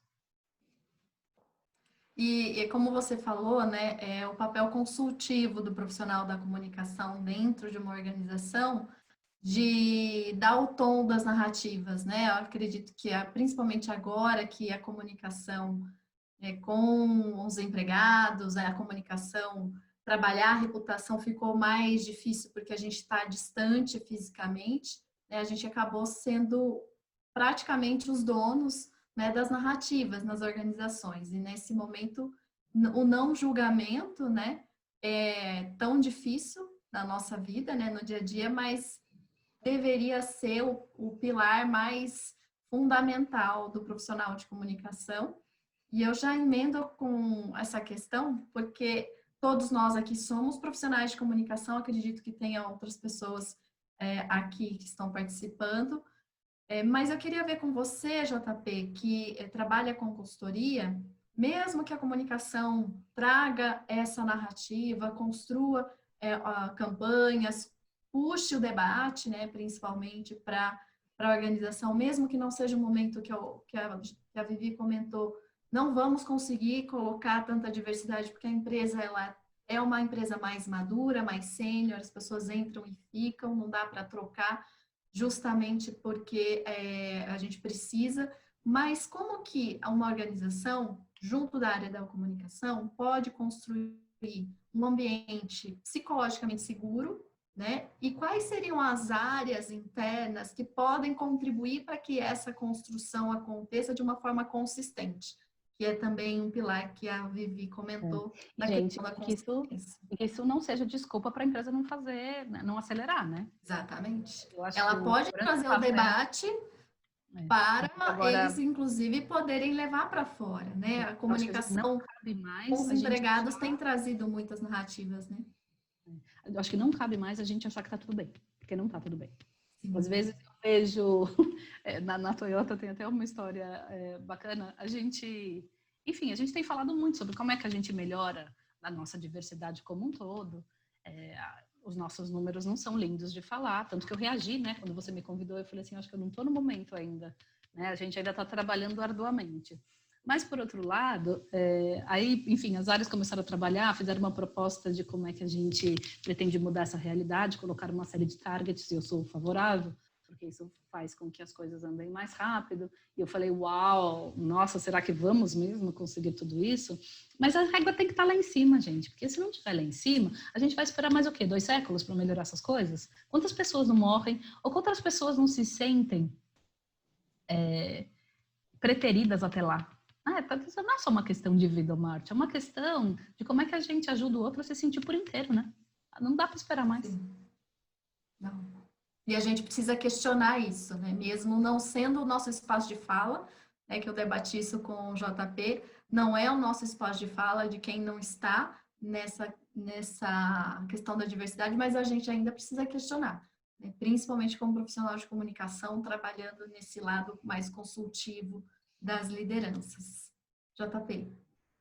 É o nosso papel, com certeza, né? Aproveitando essa sua fala, Mari, e emendando, desculpa, a gente está um pouco engasgado, e emendando com a fala da Viviane, quando a gente fala muito de lugar de fala, né? A gente está falando de representatividade, né? Esse termo lugar de fala ficou muito latente recentemente, até para o livro maravilhosa da Djamila Ribeiro, né, que traz esse conceito, que traz à tona isso, né? O lugar de fala é o lugar social daquela pessoa, né, que por determinadas características, por determinadas vivências, por determinados espaços onde ela convive, ela teve aí, né, uma construção social, uma narrativa pessoal, e a partir dessas experiências ela pode falar sobre elas, né? Eu, por exemplo, não sei falar sobre o que é ser mulher. Eu não sei falar, eu não posso falar o que é ser negro, apesar de imaginar, apesar de conversar, né? Eu falo, nossa, ser negro é muito complicado. Eu imagino que seja, com certeza, pelas histórias, pelo que eu estudo, pelo que eu convivo, pelo que eu converso, né? Mas aí eu me coloco, então, no espaço, já que eu não sou negro, então eu não posso falar sobre a questão racial, sobre negritude, o quão isso é pesado e problemático na nossa sociedade, né? Como disse a Viviane em relação à questão LGBT+. Não, eu não posso dizer como alguém que sabe o que é ser, mas é meu dever, né, e eu como pessoa e eu como organização, falar em defesa de. Eu não falo no lugar de, mas eu falo em defesa de. E aí são coisas muito diferentes e extremamente importantes, né? A partir do momento que eu me coloco contra o racismo, me coloco contra a LGBTI+, fobia, me coloco contra o machismo, misoginia, me coloco contra o capacitismo, enfim, outras tantas mecanismos de exclusão, né, e de violência na nossa sociedade, eu estou de alguma forma me movimentando, né, mudando aquilo que eu penso, as minhas atitudes, mas também influenciando esse espaço onde eu vivo, né, e tentando mudar esses lados a partir do meu lugar de fala. Inclusive, a partir do momento que eu me entendo como uma pessoa branca, e eu entendo os meus privilégios, inclusive, em ser uma pessoa branca, porque eu não posso utilizar para acabar, né, com o racismo de alguma forma, pelo menos para mitigar esse racismo existente na nossa sociedade, entendeu? Seja porque eu vou falar contra ele, né, não como sendo, mas contra algo que eu não considero positivo, né, que com certeza não é na nossa sociedade, sendo abrindo espaço, né, a partir dos meus privilégios para que outras pessoas possam alavancar, né? E eu falo não para que as outras pessoas tenham voz, né? Para que, na verdade, é para que a gente ganhe escuta, né? Porque voz as pessoas sempre tiveram. Na verdade, o que faltou para muitos, né? Quem está em estado nessas estratificações de privilégio faltou foi ouvir, né? Bom, voltando à sua pergunta, né? Sobre de que maneira a gente pode, né, articular outros atores e atrizes dentro das companhias para que a gente possa ampliar a diversidade e inclusão. Eu acho que, assim, pensar que esse tema é um tema que deve estar espraiado em toda a organização, acima de tudo. E a comunicação vai ter um papel fundamental nisso. Fundamental, né? Porque é ela que vai fazer algumas escolhas, inclusive, né? A gente está falando de linguagem inclusiva, fazendo um parênteses, tem um manual prático de linguagem inclusiva que foi lançado recentemente pelo André Fischer, que é um querido amigo, entendeu? Só baixar, tá disponível, depois eu coloco até no chatzinho, Manual Prático de Linguagem Inclusiva. Se você googlar, ele é disponível, pode baixar. Tem o manual de comunicação, por exemplo, também da Aliança LGBTI+, no site do fórum, do qual eu faço parte, está lá também, pode baixar. São maneiras a gente, como comunicação, ir aprimorando a nossa linguagem, né? Como disse a Vivi, eu também sou contra, eu não gosto muito do X e do E, porque dificultam, de repente você inclui de um lado, mas dificulta o entendimento, por exemplo, de pessoas com algum tipo de deficiência, de pessoas neurodiversas, enfim, acaba incluindo de um lado, mas excluindo de outro, né? Então, quando a gente pensa na comunicação e de que maneira a gente vai levar esse tema da diversidade, a gente também pensar nesses quesitos é extremamente importante. A gente às vezes fica muito focado, né, em diversidade, no recrutamento, na seleção, na atração de pessoas, né? Obviamente que é um espaço e quando possível tem que ser trazido realmente, né? A gente não pode mais se acomodar e falar é assim, né? Sempre foi assim. Eu falei que é a síndrome de Gabriela. Eu nasci assim, eu cresci assim, eu serei sempre assim, né? E não não podemos mais, temos que mudar. Então, ir além do recrutamento e seleção, né? Usar outros espaços. Minha empresa, eu só vou fazer alguma coisa quando tiver 50% de homens e 50% de mulheres. Então, você senta e espera, porque, né, vai ser complicado em alguns setores, principalmente. Então, vai buscando dentro da empresa quem são as pessoas que podem protagonizar junto com a sua área, se você está à frente dela, né, da comunicação, do RH, muitas vezes a comunicação interna está dentro disso, na diversidade, né, buscar essas lideranças que podem ser braços fortes, né, e mentes pensantes para a gente mudar. Busque cases, de repente, né? Eu falo, de repente, eu tenho um volume grande de turnover na minha empresa, né? Tipo um varejo, por exemplo, né? Nossa, JP, eu não vou conseguir porque eu tenho que colocar gente, porque está saindo gente, eu tenho que colocar gente rapidamente. Então, tenta olhar algumas áreas, vamos fazer experiências em algumas áreas, pensando nessas lideranças que são mais inclusivas, para a gente fazer uns cases internos e apresentar isso, que é importante também a gente ter os números, né? Mostrar os processos para que a gente possa, inclusive, alterá-los de alguma forma, né? Dá para criar comitês internos, dá para criar grupos de afinidade, que eu acho que é um grande é um grande braço aí importante. Olha para a área de voluntariado empresarial, né? A Viviane falou que é da Fundação, né, Toyota. Então, eu tenho uma pesquisa grande, escrevi um e-book que fala sobre voluntariado e diversidade. Aliás, estou fazendo um curso, começa dia 18, sobre esse tema, com duas amigas que são da área de voluntariado empresarial. A gente escreveu porque a literatura ainda é pouca em relação ao tema, né, de como juntar essas duas coisas. E são forças potentes, super potentes, entendeu? Se você olhar, trazer o olhar da diversidade para o voluntariado e voluntariado como um grande braço da diversidade, isso aí a gente pode potencializar muito. Então, de repente, eu tenho algumas coisas que acontecem, né? Eu não tenho uma área de diversidade, mas eu tenho coisas acontecendo dentro da minha empresa, porque então eu não posso, porque eu não posso de alguma forma potencializar isso, né? Olhando ainda para a área de comunicação, antes de eu finalizar, é importante aí a gente está sempre fazendo o quê, né? A gente está espraiando a nossa cultura, fortalecendo a cultura, os valores da empresa, os valores corporativos e tudo mais, né? E dentro disso, se diversidade é um olhar e a gente quer trabalhar, por exemplo, por que não numa campanha de Dia das Mães eu não posso colocar mães negras, mães com deficiência, duas mães, mães trans, por exemplo, entendeu? Porque numa outra campanha, né, que a gente vai fazer dessa maneira, eu posso não estar falando sobre diversidade especificamente, mas eu estou olhando para uma data, né, que é comum no meu calendário, que eu vou ter que fazer alguma coisa, mas aí eu amplio, né? Eu trago aí um outro prisma, né, uma lupa de aumento realmente que vai, de alguma forma,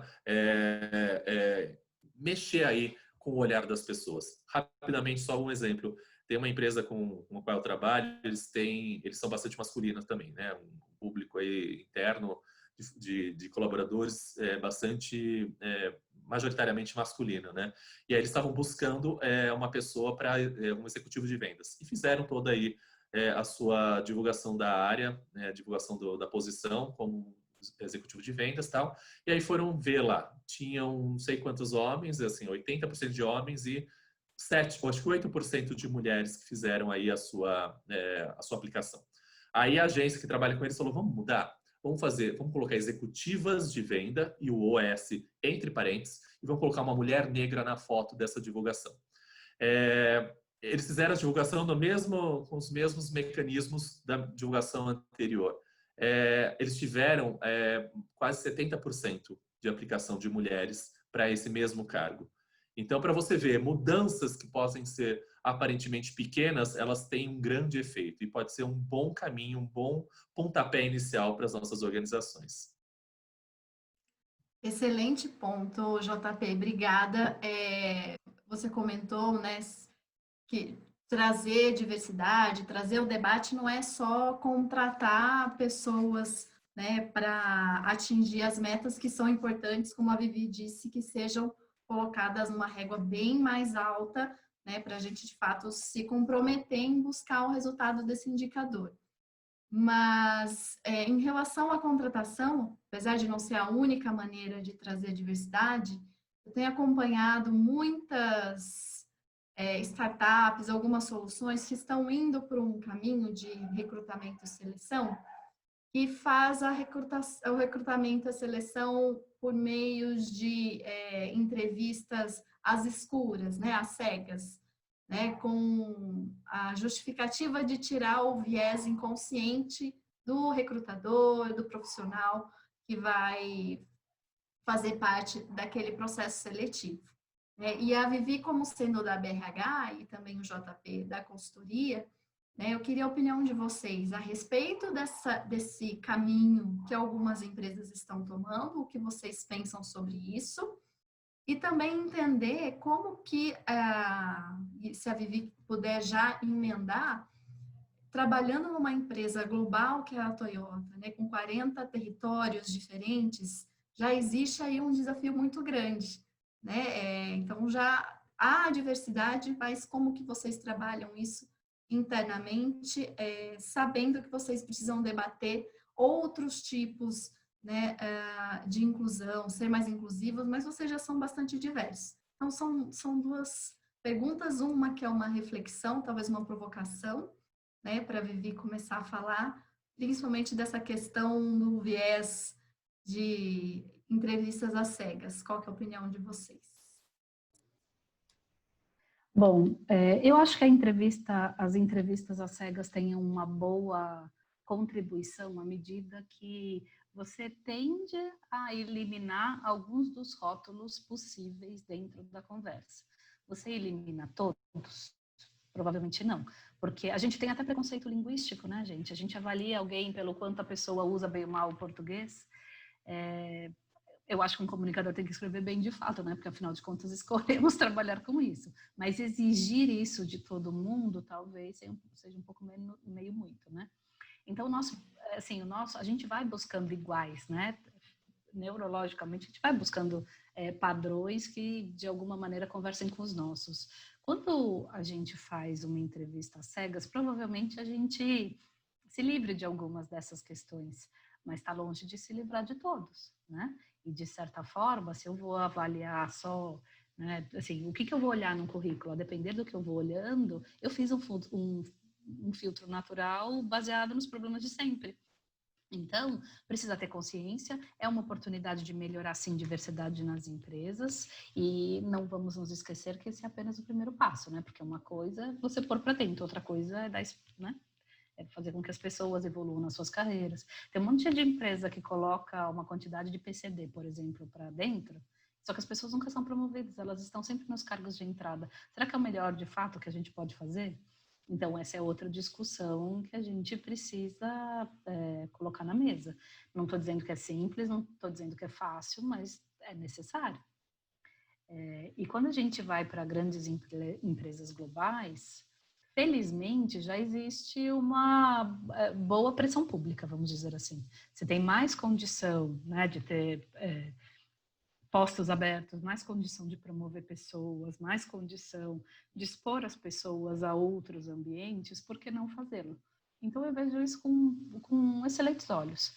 Não vou dizer que a empresa que eu estou hoje é uma empresa que tem plena, assim, que tem uma excelente história para contar. Eu espero ter uma excelente história em breve. A gente tem alguns núcleos interessantes dentro da empresa. A minha área mesmo, a nossa área de comunicação, 30% dos nossos colegas têm algum tipo de deficiência e eu nunca lembro que elas existem, embora elas sejam bem visíveis, porque no dia a dia da produção, do vamos contribuir, do vamos fazer, está todo mundo junto e misturado. Nós temos pessoas que representam outras várias diversidades, que são diversidades que incluem idade, porque não é simples você ter na mesma equipe alguém de 18 anos e alguém de 55. Não é simples ter na mesma equipe pessoas que tenham formação muito diferente. E a gente tem pelo menos 12 formações diferentes dentro de um grupo de comunicação. Então, nosso grupo de comunicação tem engenheiros, tem arquitetos, tem relações públicas, tem jornalistas, tem publicitários, enfim, tem uma variedade de gente aí. Então, a gente começa a perceber que eu acho que volta na minha fala inicial. Diversos somos todos. Como é que a gente acolhe essas questões para que não vire uma piadinha, para que não vire um apelido, para que a gente enxergue o melhor que as pessoas têm para contribuir. Do ponto de vista dos compromissos das empresas, o que eu acredito é que tem compromissos que precisam ser públicos. A gente precisa deixar saber qual é o esforço, porque esse esforço ele tem que ser coletivo e não só um esforço de RH ou só um esforço de comunicação. Em geral, quem puxa essa conversa é RH, e eu acho que é completamente ok. RH tem que puxar mesmo, porque tem uma visão do todo, né, do ponto de vista do desenvolvimento de pessoas, novas posições para elas, o que faz com que seja uma conversa boa de ser iniciada em RH. Comunicação precisa apoiar isso tudo para tornar esse desejo da organização algo consumível dentro de casa, né? Consumível tudo bem, eu quero incluir pessoas mais diversas possíveis. A minha comunicação dentro de casa é acolhedora? Os meus sistemas dentro de casa são acolhedores? Como é que eu lido com isso? Eu tinha uma pessoa que falava assim, que contava um pouco, né, do que era a vida dela como PCD dentro da empresa. Ela falou assim, tem uma coisa que é realmente dolorosa para mim, é que na lista de ramais da empresa, do lado do meu nome tem um parênteses escrito PCD. Gente, olha como que é as coisas que a gente faz. Não pensa. Né? Para que fazer isso com alguém, gente?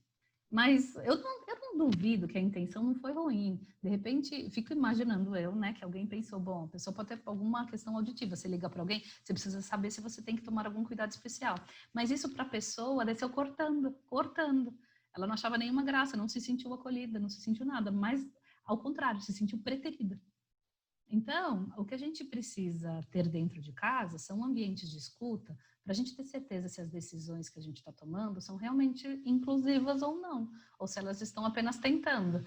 Né? Tentar é bom, mas não é suficiente. A gente precisa ter certeza que o esforço ele é entendido pelas pessoas às quais a gente está tentando, de fato, fazer melhor.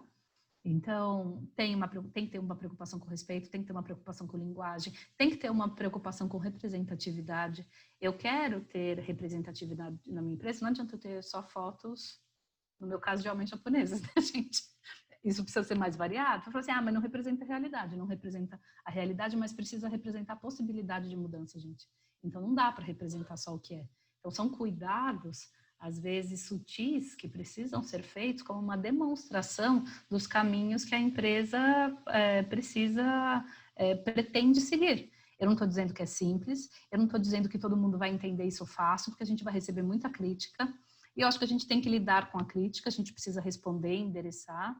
Eu acho bacana ver uma quantidade de empresas aí assumindo até um posicionamento de marketing, né, uma representação no marketing, de inclusão, porque ela é necessária. Todo mundo acerta?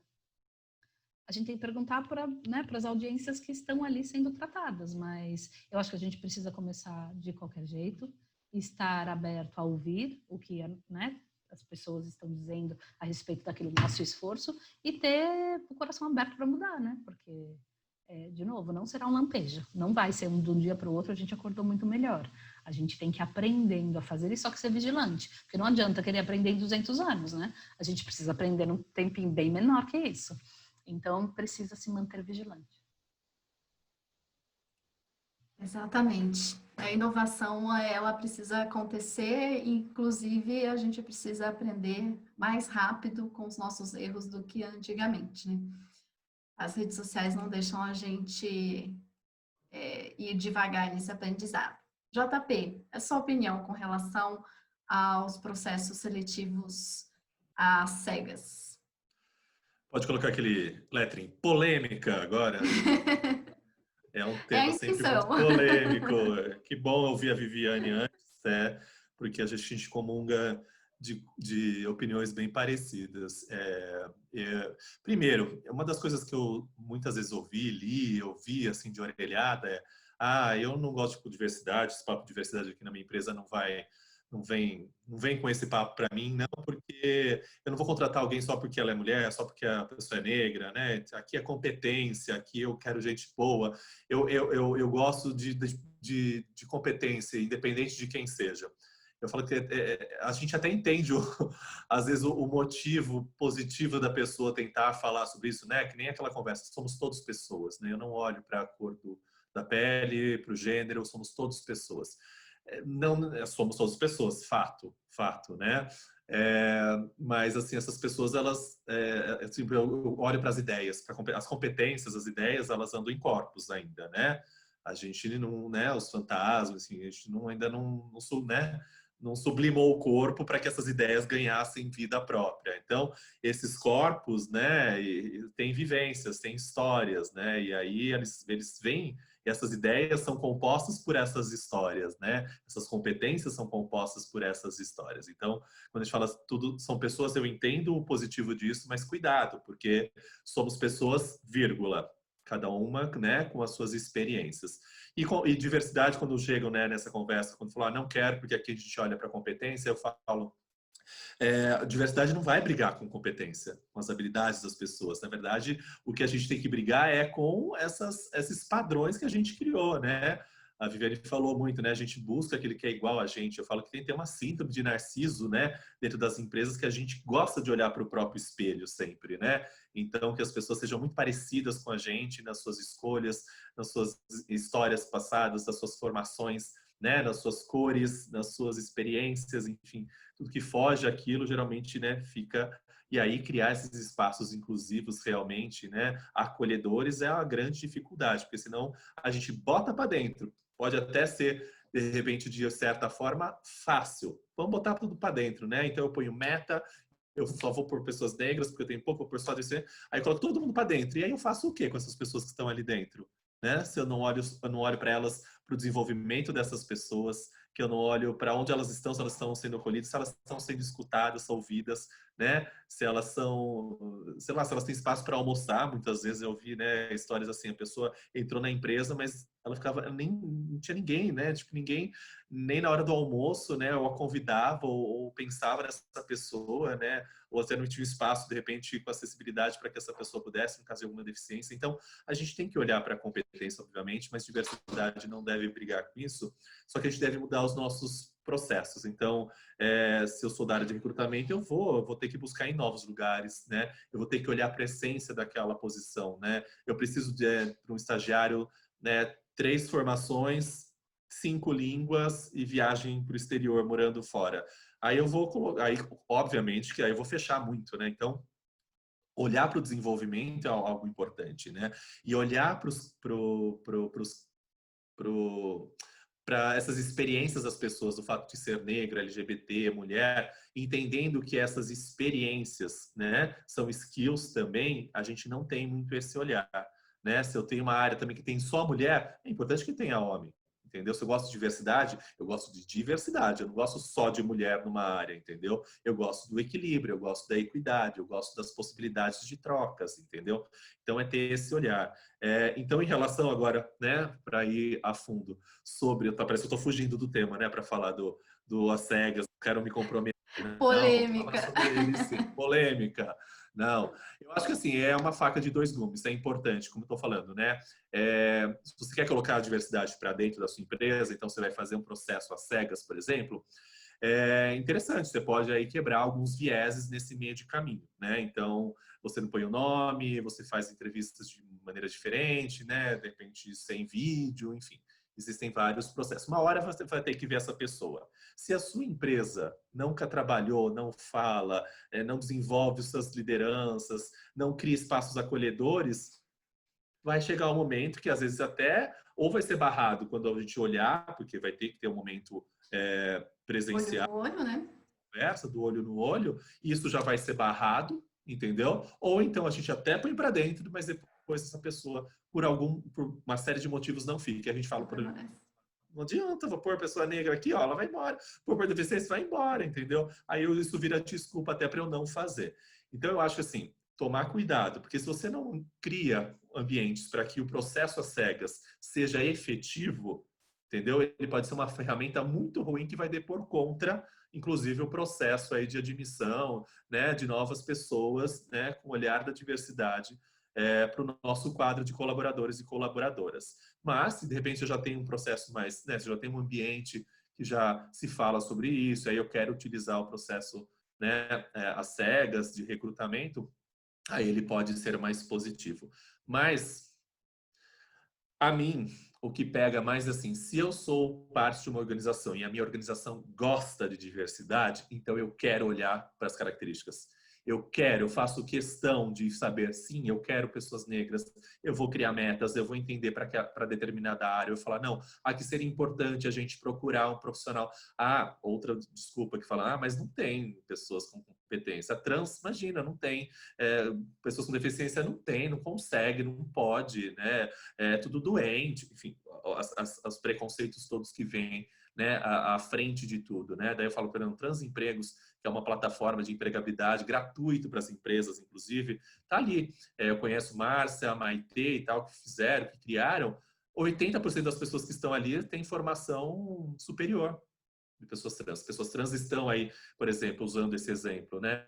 Estão realmente nas camadas mais pobres da sociedade, marginalizadas, na prostituição, estão também, mas também tem pessoas, né, em outras classes sociais que tiveram oportunidades, enfim, sofrem tremendamente uma discriminação horrível na sociedade e no mercado de trabalho. Mas existe, se eu gosto, eu quero, eu vou fazer esse trabalho, eu vou criar espaço, eu vou criar oportunidades, tá? Então, acho que é isso. Acima de tudo, eu tenho que criar um ambiente que seja positivo, e aí, sendo positivo, eu não vou me importar em olhar, e assim eu vou querer realmente, e aí eu vou fazer esse estudo, né? O Às Cegas pode ser uma ferramenta, mas tem que tomar cuidado com ela. É mais que colocar vendas, mas educar o olhar para o que está à frente dos nossos olhos, né? Educar para a gente saber enxergar e reconhecer e trazer à luz o debate. Bom, a gente está caminhando para o fim, né? Essa é a última pergunta, depois eu vou abrir. Quem tiver alguma pergunta, pode colocar aqui no chat, a gente está de olho. Os links que o JP comentou do manual e também do Transempregos está aqui também no chat para vocês.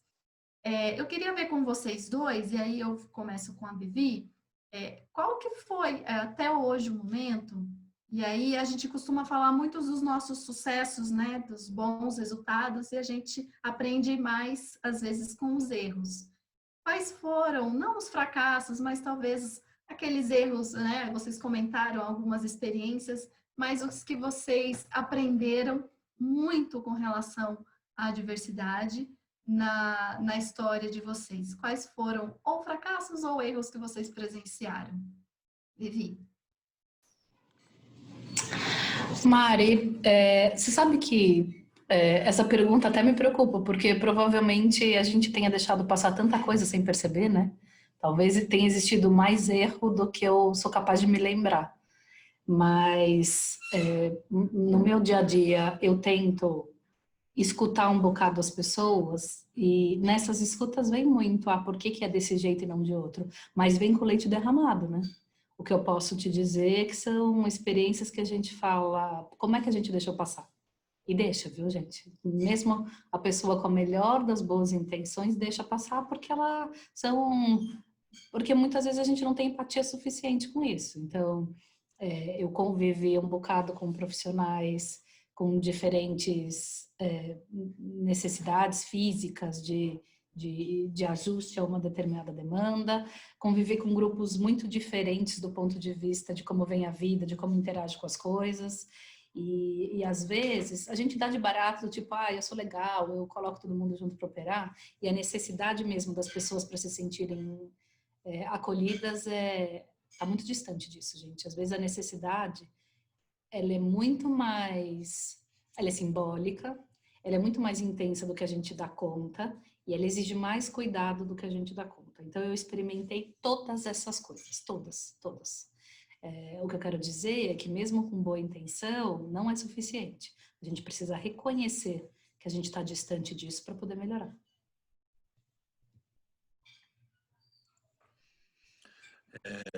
Boa intenção, a gente tem que estar olhando para sempre, parar de se justificar muito, né? E vamos escutar, vamos aprender, vamos sacudir a poeira e continuar em frente. Eu falo diversidade não é o ponto final, é uma jornada, com certeza, entendeu? Que é o processo, e eu falei, ficarei muito feliz quando eu não tiver mais emprego, né? Porque aí o meu trabalho se torna inexistente, desnecessário, porque a gente está vivendo uma sociedade já maravilhosa, né? Talvez ainda, nem velhinho estarei, mas talvez nas próximas vidas, quando voltar, isso já esteja acontecendo. Ficou aqui na torcida, também vejo o copo cheio. Acho que das principais experiências que eu tenho tido desse lado como consultoria, assim, não dentro da empresa, mas aquele que vai para a empresa, que olha para algumas questões, enfim, e dá todo o suporte, o apoio na criação dos projetos, dos programas, das ações. Uma das coisas que eu tenho visto que me dói, assim, por exemplo, quando alguns desses programas e projetos ficam muito calcados em pessoas e não se institucionaliza esse tema, entendeu? Então, o que acontece? Se cria um grupo, ou fica uma pessoa que é uma liderança, que gosta do tema, tal.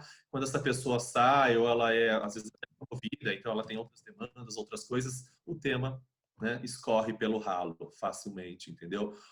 Então, isso é muito ruim. Então, a gente tem que realmente batalhar para olhar, como eu falo, para a diversidade e inclusão, para um olhar estratégico realmente, assim como a gente faz para a comunicação, para a área jurídica, né, para a área de vendas, enfim, a gente olha para isso, né, e institucionaliza, cria mecanismos que sejam além das pessoas, né, que esteja realmente aí dentro de um planejamento muito maior. Então, o que eu tenho, a minha experiência, o que tem me mostrado é isso, né? A gente tem que realmente, às vezes, começar com uma pessoa, mas isso vai que ganhe realmente um corpo, que tenha uma governança. E acho que positivamente o que eu tenho tido uma alegria imensa de nesses 3 anos que eu estou na Tchai, que é a consultoria onde eu trabalho, né, juntamente com o Reinaldo Bulgarelli, e lá a gente faz a secretaria executiva do Fórum de Empresas e Direitos LGBTI+, que é esse fórum empresarial que reúne as empresas, é o aumento considerável, né, exponencial que a gente tem tido. Nesses 3 anos que eu estou lá, né, quando eu cheguei tinha cerca de 30 empresas, em 3 anos agora a gente tem quase 100 empresas. Então, o contato, e assim, sem nenhuma buscativa, tá? A gente não faz, a gente entende que a empresa, nesse processo de maturação do tema, acaba nos encontrando em algum momento do caminho e vê se tem sentido fazer parte desse movimento, né? Então, o que eu tenho percebido é isso, cada vez mais empresas têm nos buscado e têm visto realmente valor em participar, em fazer parte, em discutir esses temas, em trazer a conversa para a mesa principal, tirar da piadinha do café e trazer aí para a mesa principal dos comitês, entendeu? Das estratégias, das áreas da empresa. Então, isso eu acho que tem sido um crescimento, né? E a amostra disso são os fóruns todos, né, que tratam dos temas de diversidade, os fóruns empresariais. Então, tem o Movimento Mulher 360, tem a coalizão, né, racial, de equidade racial de gênero, que fala da questão racial, a Mulher 360, as questões de equidade de gênero, a Rede Empresarial de Inclusão Social para as pessoas com deficiência, o Fórum LGBTI+, e o mais recente de todos, que foi criado no mês passado, que é o Fórum de Gerações e Futuro do Trabalho. Então, para você ver, né, realmente a demanda está aí, as empresas estão querendo, e quanto mais a gente se reunir para poder discutir, eu falo que é muito legal, por exemplo, a gente tem lá o Carrefour, o GPA, a Macro, todo mundo sentado na mesma mesa discutindo essa questão, muito além aí dos seus conflitos dentro do mercado aí e tudo mais, né? No mercado literalmente, né? Tem mercado. Totalmente. Mas no mercado, eles estão ali sentados, entendendo que essa é uma pauta que a gente tem que avançar em conjunto, senão não vai. Excelente. No fim, vendo o copo meio cheio, a gente mais avançou. Talvez por isso que o debate está tão intenso, porque o trabalho de resistência, de trazer o debate mais aprofundado, está funcionando e está acontecendo. Bom, a gente tem 2 perguntas aqui, por enquanto, no chat. Uma delas é da Karina. Ela é de uma empresa hoteleira e eles têm a intenção de colocar uma unidade exclusiva para os LGBTs. E ela pergunta se isso seria uma boa ou então isso é uma maneira, uma forma de preconceito. Existem muito, acho que o mundo do turismo traz muito, Karina, né? Traz muito essas possibilidades de você fazer negócios específicos, né? Produtos específicos e tudo mais. Né? A gente tem visto, por exemplo, alguns como a Havaianas que faz, a Ambev lança a cerveja, a Doritos, né? A PepsiCo traz aí o Doritos Rainbow e tal. E o mundo do turismo tem muito disso, né? Dos espaços LGBT friendly e tudo mais. Eu acho que cada vez mais é importante que a gente abra espaço para mostrar que aquele local realmente é acolhedor, é respeitoso em relação à orientação sexual. Se você vai fazer exclusividade, eu não vejo muito motivo de fazer exclusividade, mas deixar muito claro que aquele espaço é positivo, é acolhedor, é respeitoso em relação à comunidade LGBTI+, é super positivo, porque com certeza você vai ter aí público que não se identifica como LGBTI+, mas com certeza gosta de estar num espaço que seja respeitoso, assim como nas empresas, né? De repente, eu não sou do movimento negro, mas se amanhã eu tenho que procurar não sou uma pessoa negra, tá? Eu não estou ligado ao movimento dessa forma como pessoa negra. Mas se amanhã eu vou para o mercado de trabalho, eu estou procurando uma empresa, certamente se uma empresa que eu estou buscando mostra isso, declara-se uma pessoa contra, né, o racismo, pró a população negra, eu mesmo não sendo negro, vou falar, legal, esse lugar eu quero estar, é o lugar onde eu escolho, né, em detrimento de outro, de repente. Então, eu acho que é positivo. Algumas dicas para você, Karina. Existem, dentro lá do Fórum LGBTI+, por exemplo, você pode pesquisar, nós temos alguns parceiros. Tem o pessoal da Viager, com quem eu trabalho muito, estive em Bonito antes da pandemia, passei uns dias lá dando um treinamento sobre as questões LGBTI+, para todo o trade de turismo lá. Então, o pessoal da Viager é legal, que é uma publicação específica sobre isso, e não sei se você conhece, a IGLTA, que é uma organização internacional de turismo focado em pessoas LGBTI+. Então, você pode até se associar, e aí você tem vários acessos, que seria interessante para você conhecer um pouquinho mais desse universo.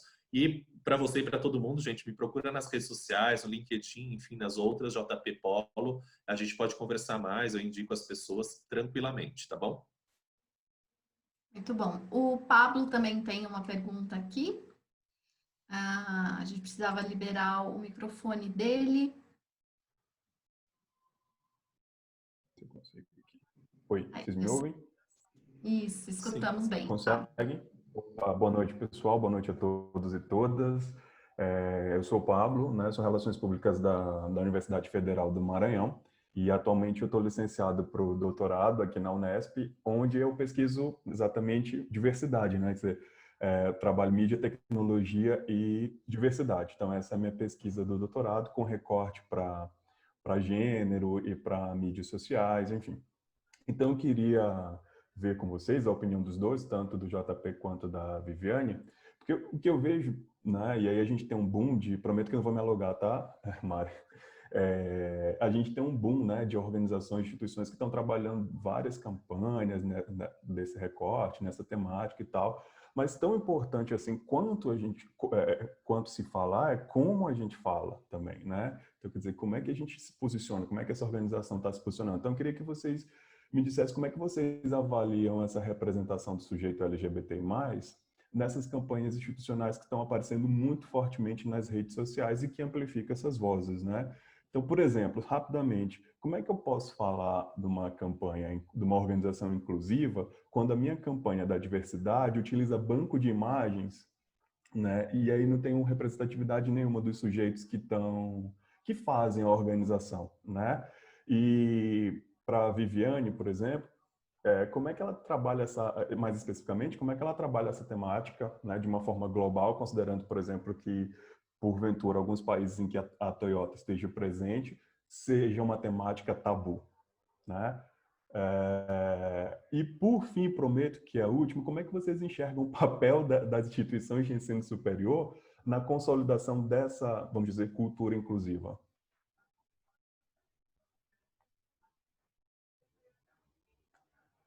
Acho que é isso, gente.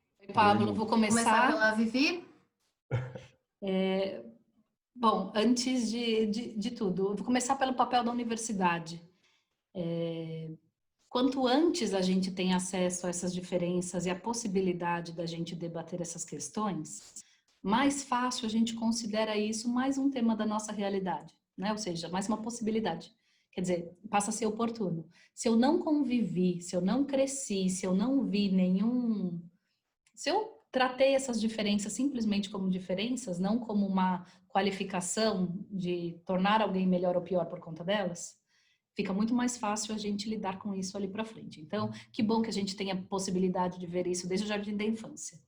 Mas quando a gente fala de educação como um todo e pensando em lifelong learning, né, porque é o que vem para ficar, de a gente estar em constante acesso à educação e se transformando, tomara que a gente tenha a possibilidade de oferecer isso para todo mundo, né, porque com acessos à internet que nós temos, tem gente que consegue estudar até o dia 30 e tem gente que consegue estudar até o dia 10, né, gente, infelizmente. Mas entre as várias questões que a gente lida, o papel da universidade é tão importante quanto os outros momentos da nossa educação ao longo da vida. Precisa discutir, precisa debater, e a própria universidade pode ter diversidade. A diversidade, talvez, na universidade, ela tenha outros contornos. Eu acho que sim, ter professores que representem as várias... enfim, as várias diversidades que nós temos. Às vezes, ter professor jovem é um desafio para a universidade.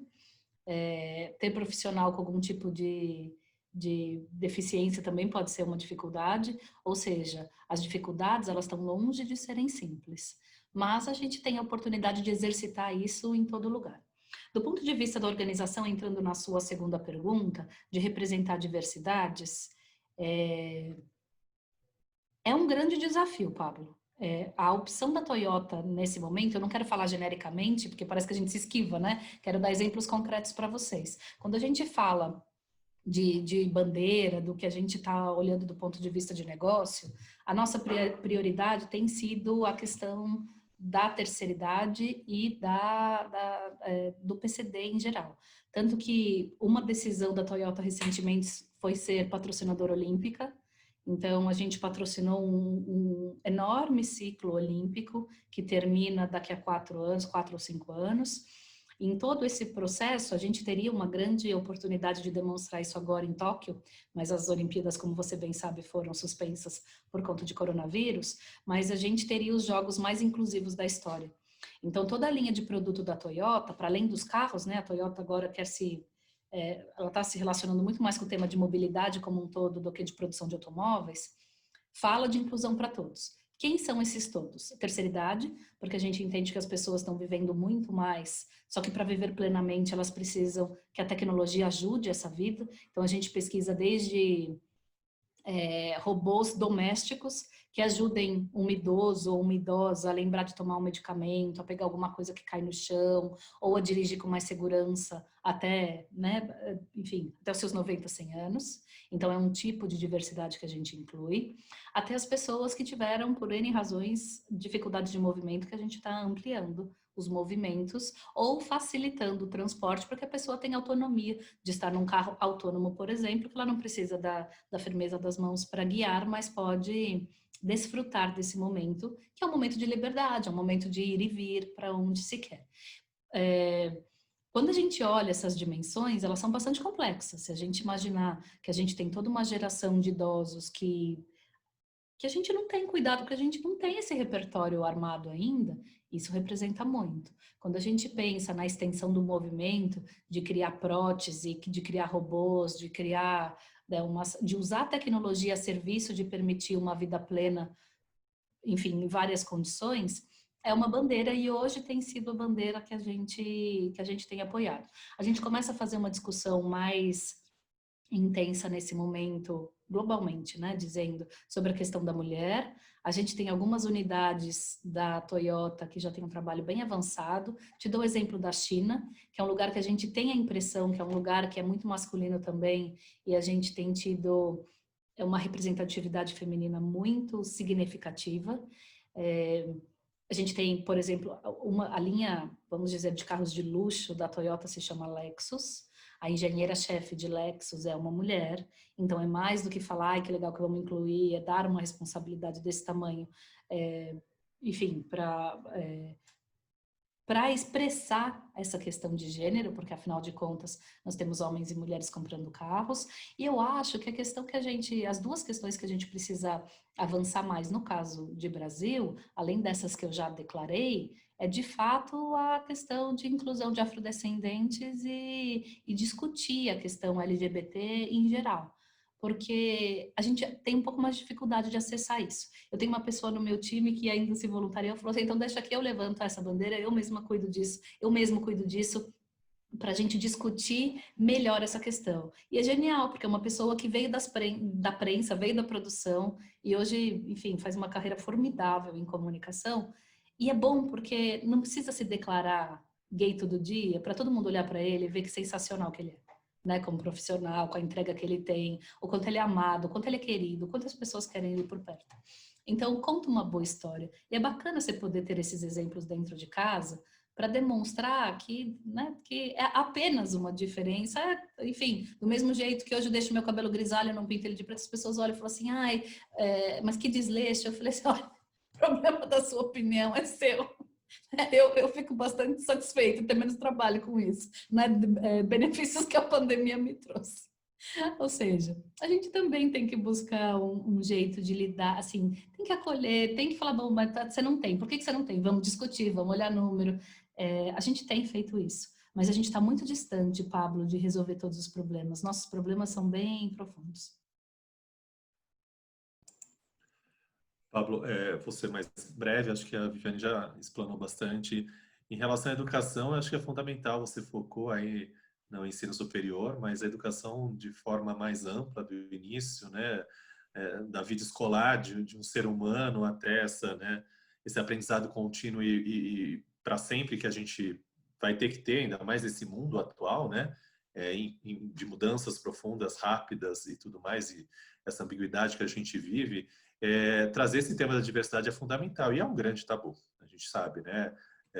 Não só no tema LGBTI+, mas sobretudo sobre esse tema, né? Que, enfim, a gente tem todas as polêmicas que já estão ditas e revividas muitas vezes vêm à tona novamente, né?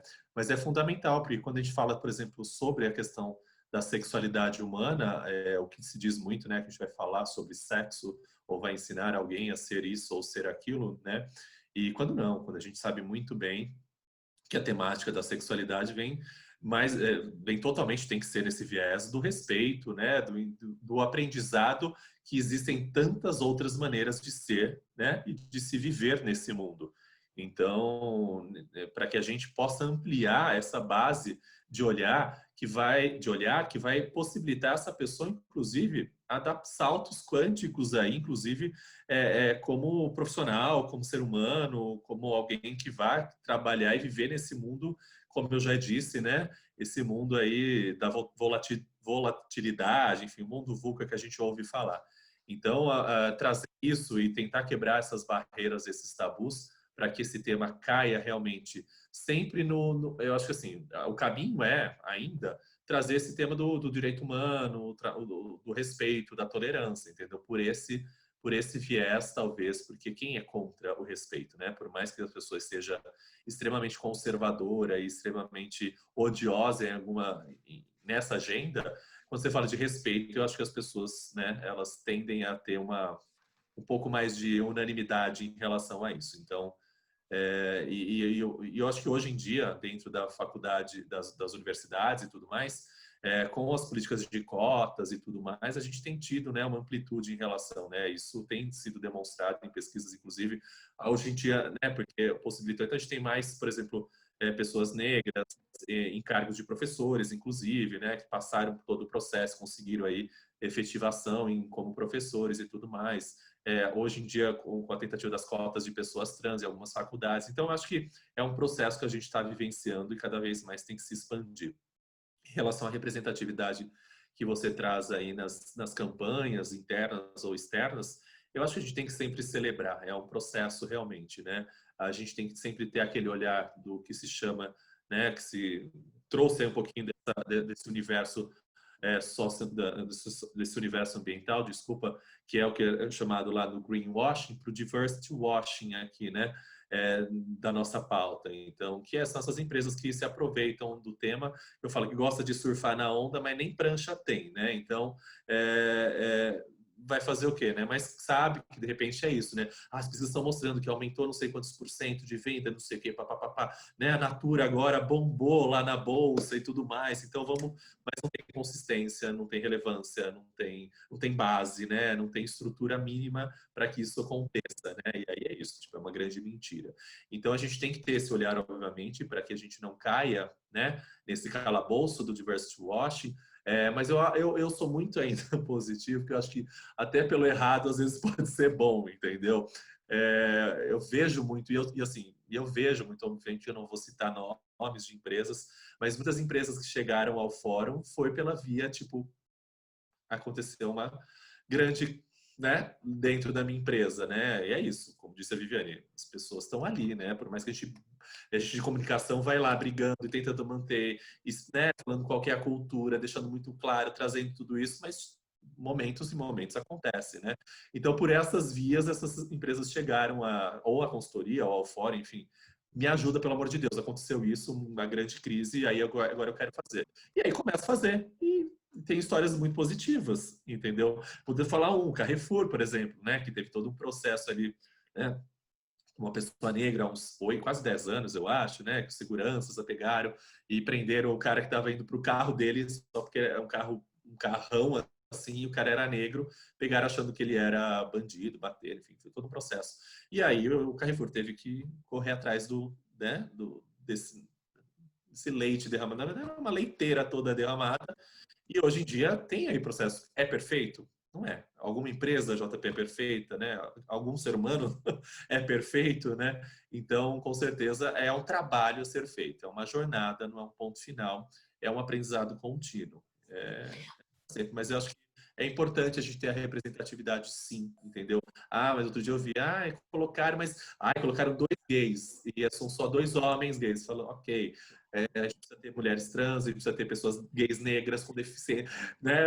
Mas vamos indo, vamos celebrando, vamos mostrando caminho, vamos abrindo espaço, né? A gente não deve, obviamente, se acomodar e falar, não, colocou um cara gay lá, ótimo, beleza, tá pronto, feito, acabou. Não, vamos em frente. Precisa começar, né? Precisa começar, dar o primeiro passo.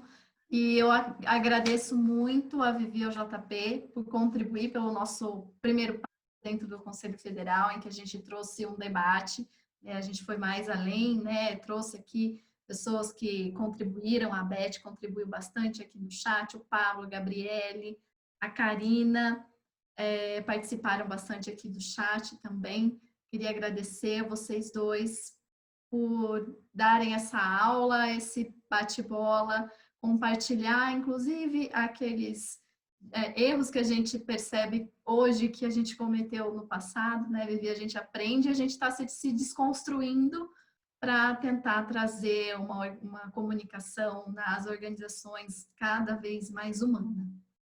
Queria agradecer também aqui, eu não tinha visto antes, a Anitta também, presidente do Conselho Regional da Terceira Região, também está aqui, está presente, a Raíssa, os nossos conselheiros federais, a Alê da Fale Consultoria e a todos aqui que estiveram presentes. O nosso webinar vai estar disponível nos nossos canais, no YouTube em breve, para quem pegou no fim, quiser compartilhar para os colegas poderem assistir, acompanhem o Confep e os nossos regionais no Instagram, né? Tá tendo muito evento legal ao longo de todos os dias da semana, tem evento para todo mundo. E acompanhem também o JP e a Vivi no LinkedIn, eles são bastante ativos, muito parceiros, né? São próximos, vocês podem ver. A gente gostaria de falar a noite toda, né? Porque a gente adora falar, mas a gente vai encerrar. Queria agradecer e uma última palavra dos dois para a gente poder encerrar. Pode ir lá, Vivi. Eu deixaria a mensagem de que a gente cria, não é porque a gente está num ambiente que não é ideal que a gente tem que se conformar com ele não ser ideal. Acho que parte do nosso trabalho é realmente provocar mudança. A gente estuda para isso, a gente tem musculatura.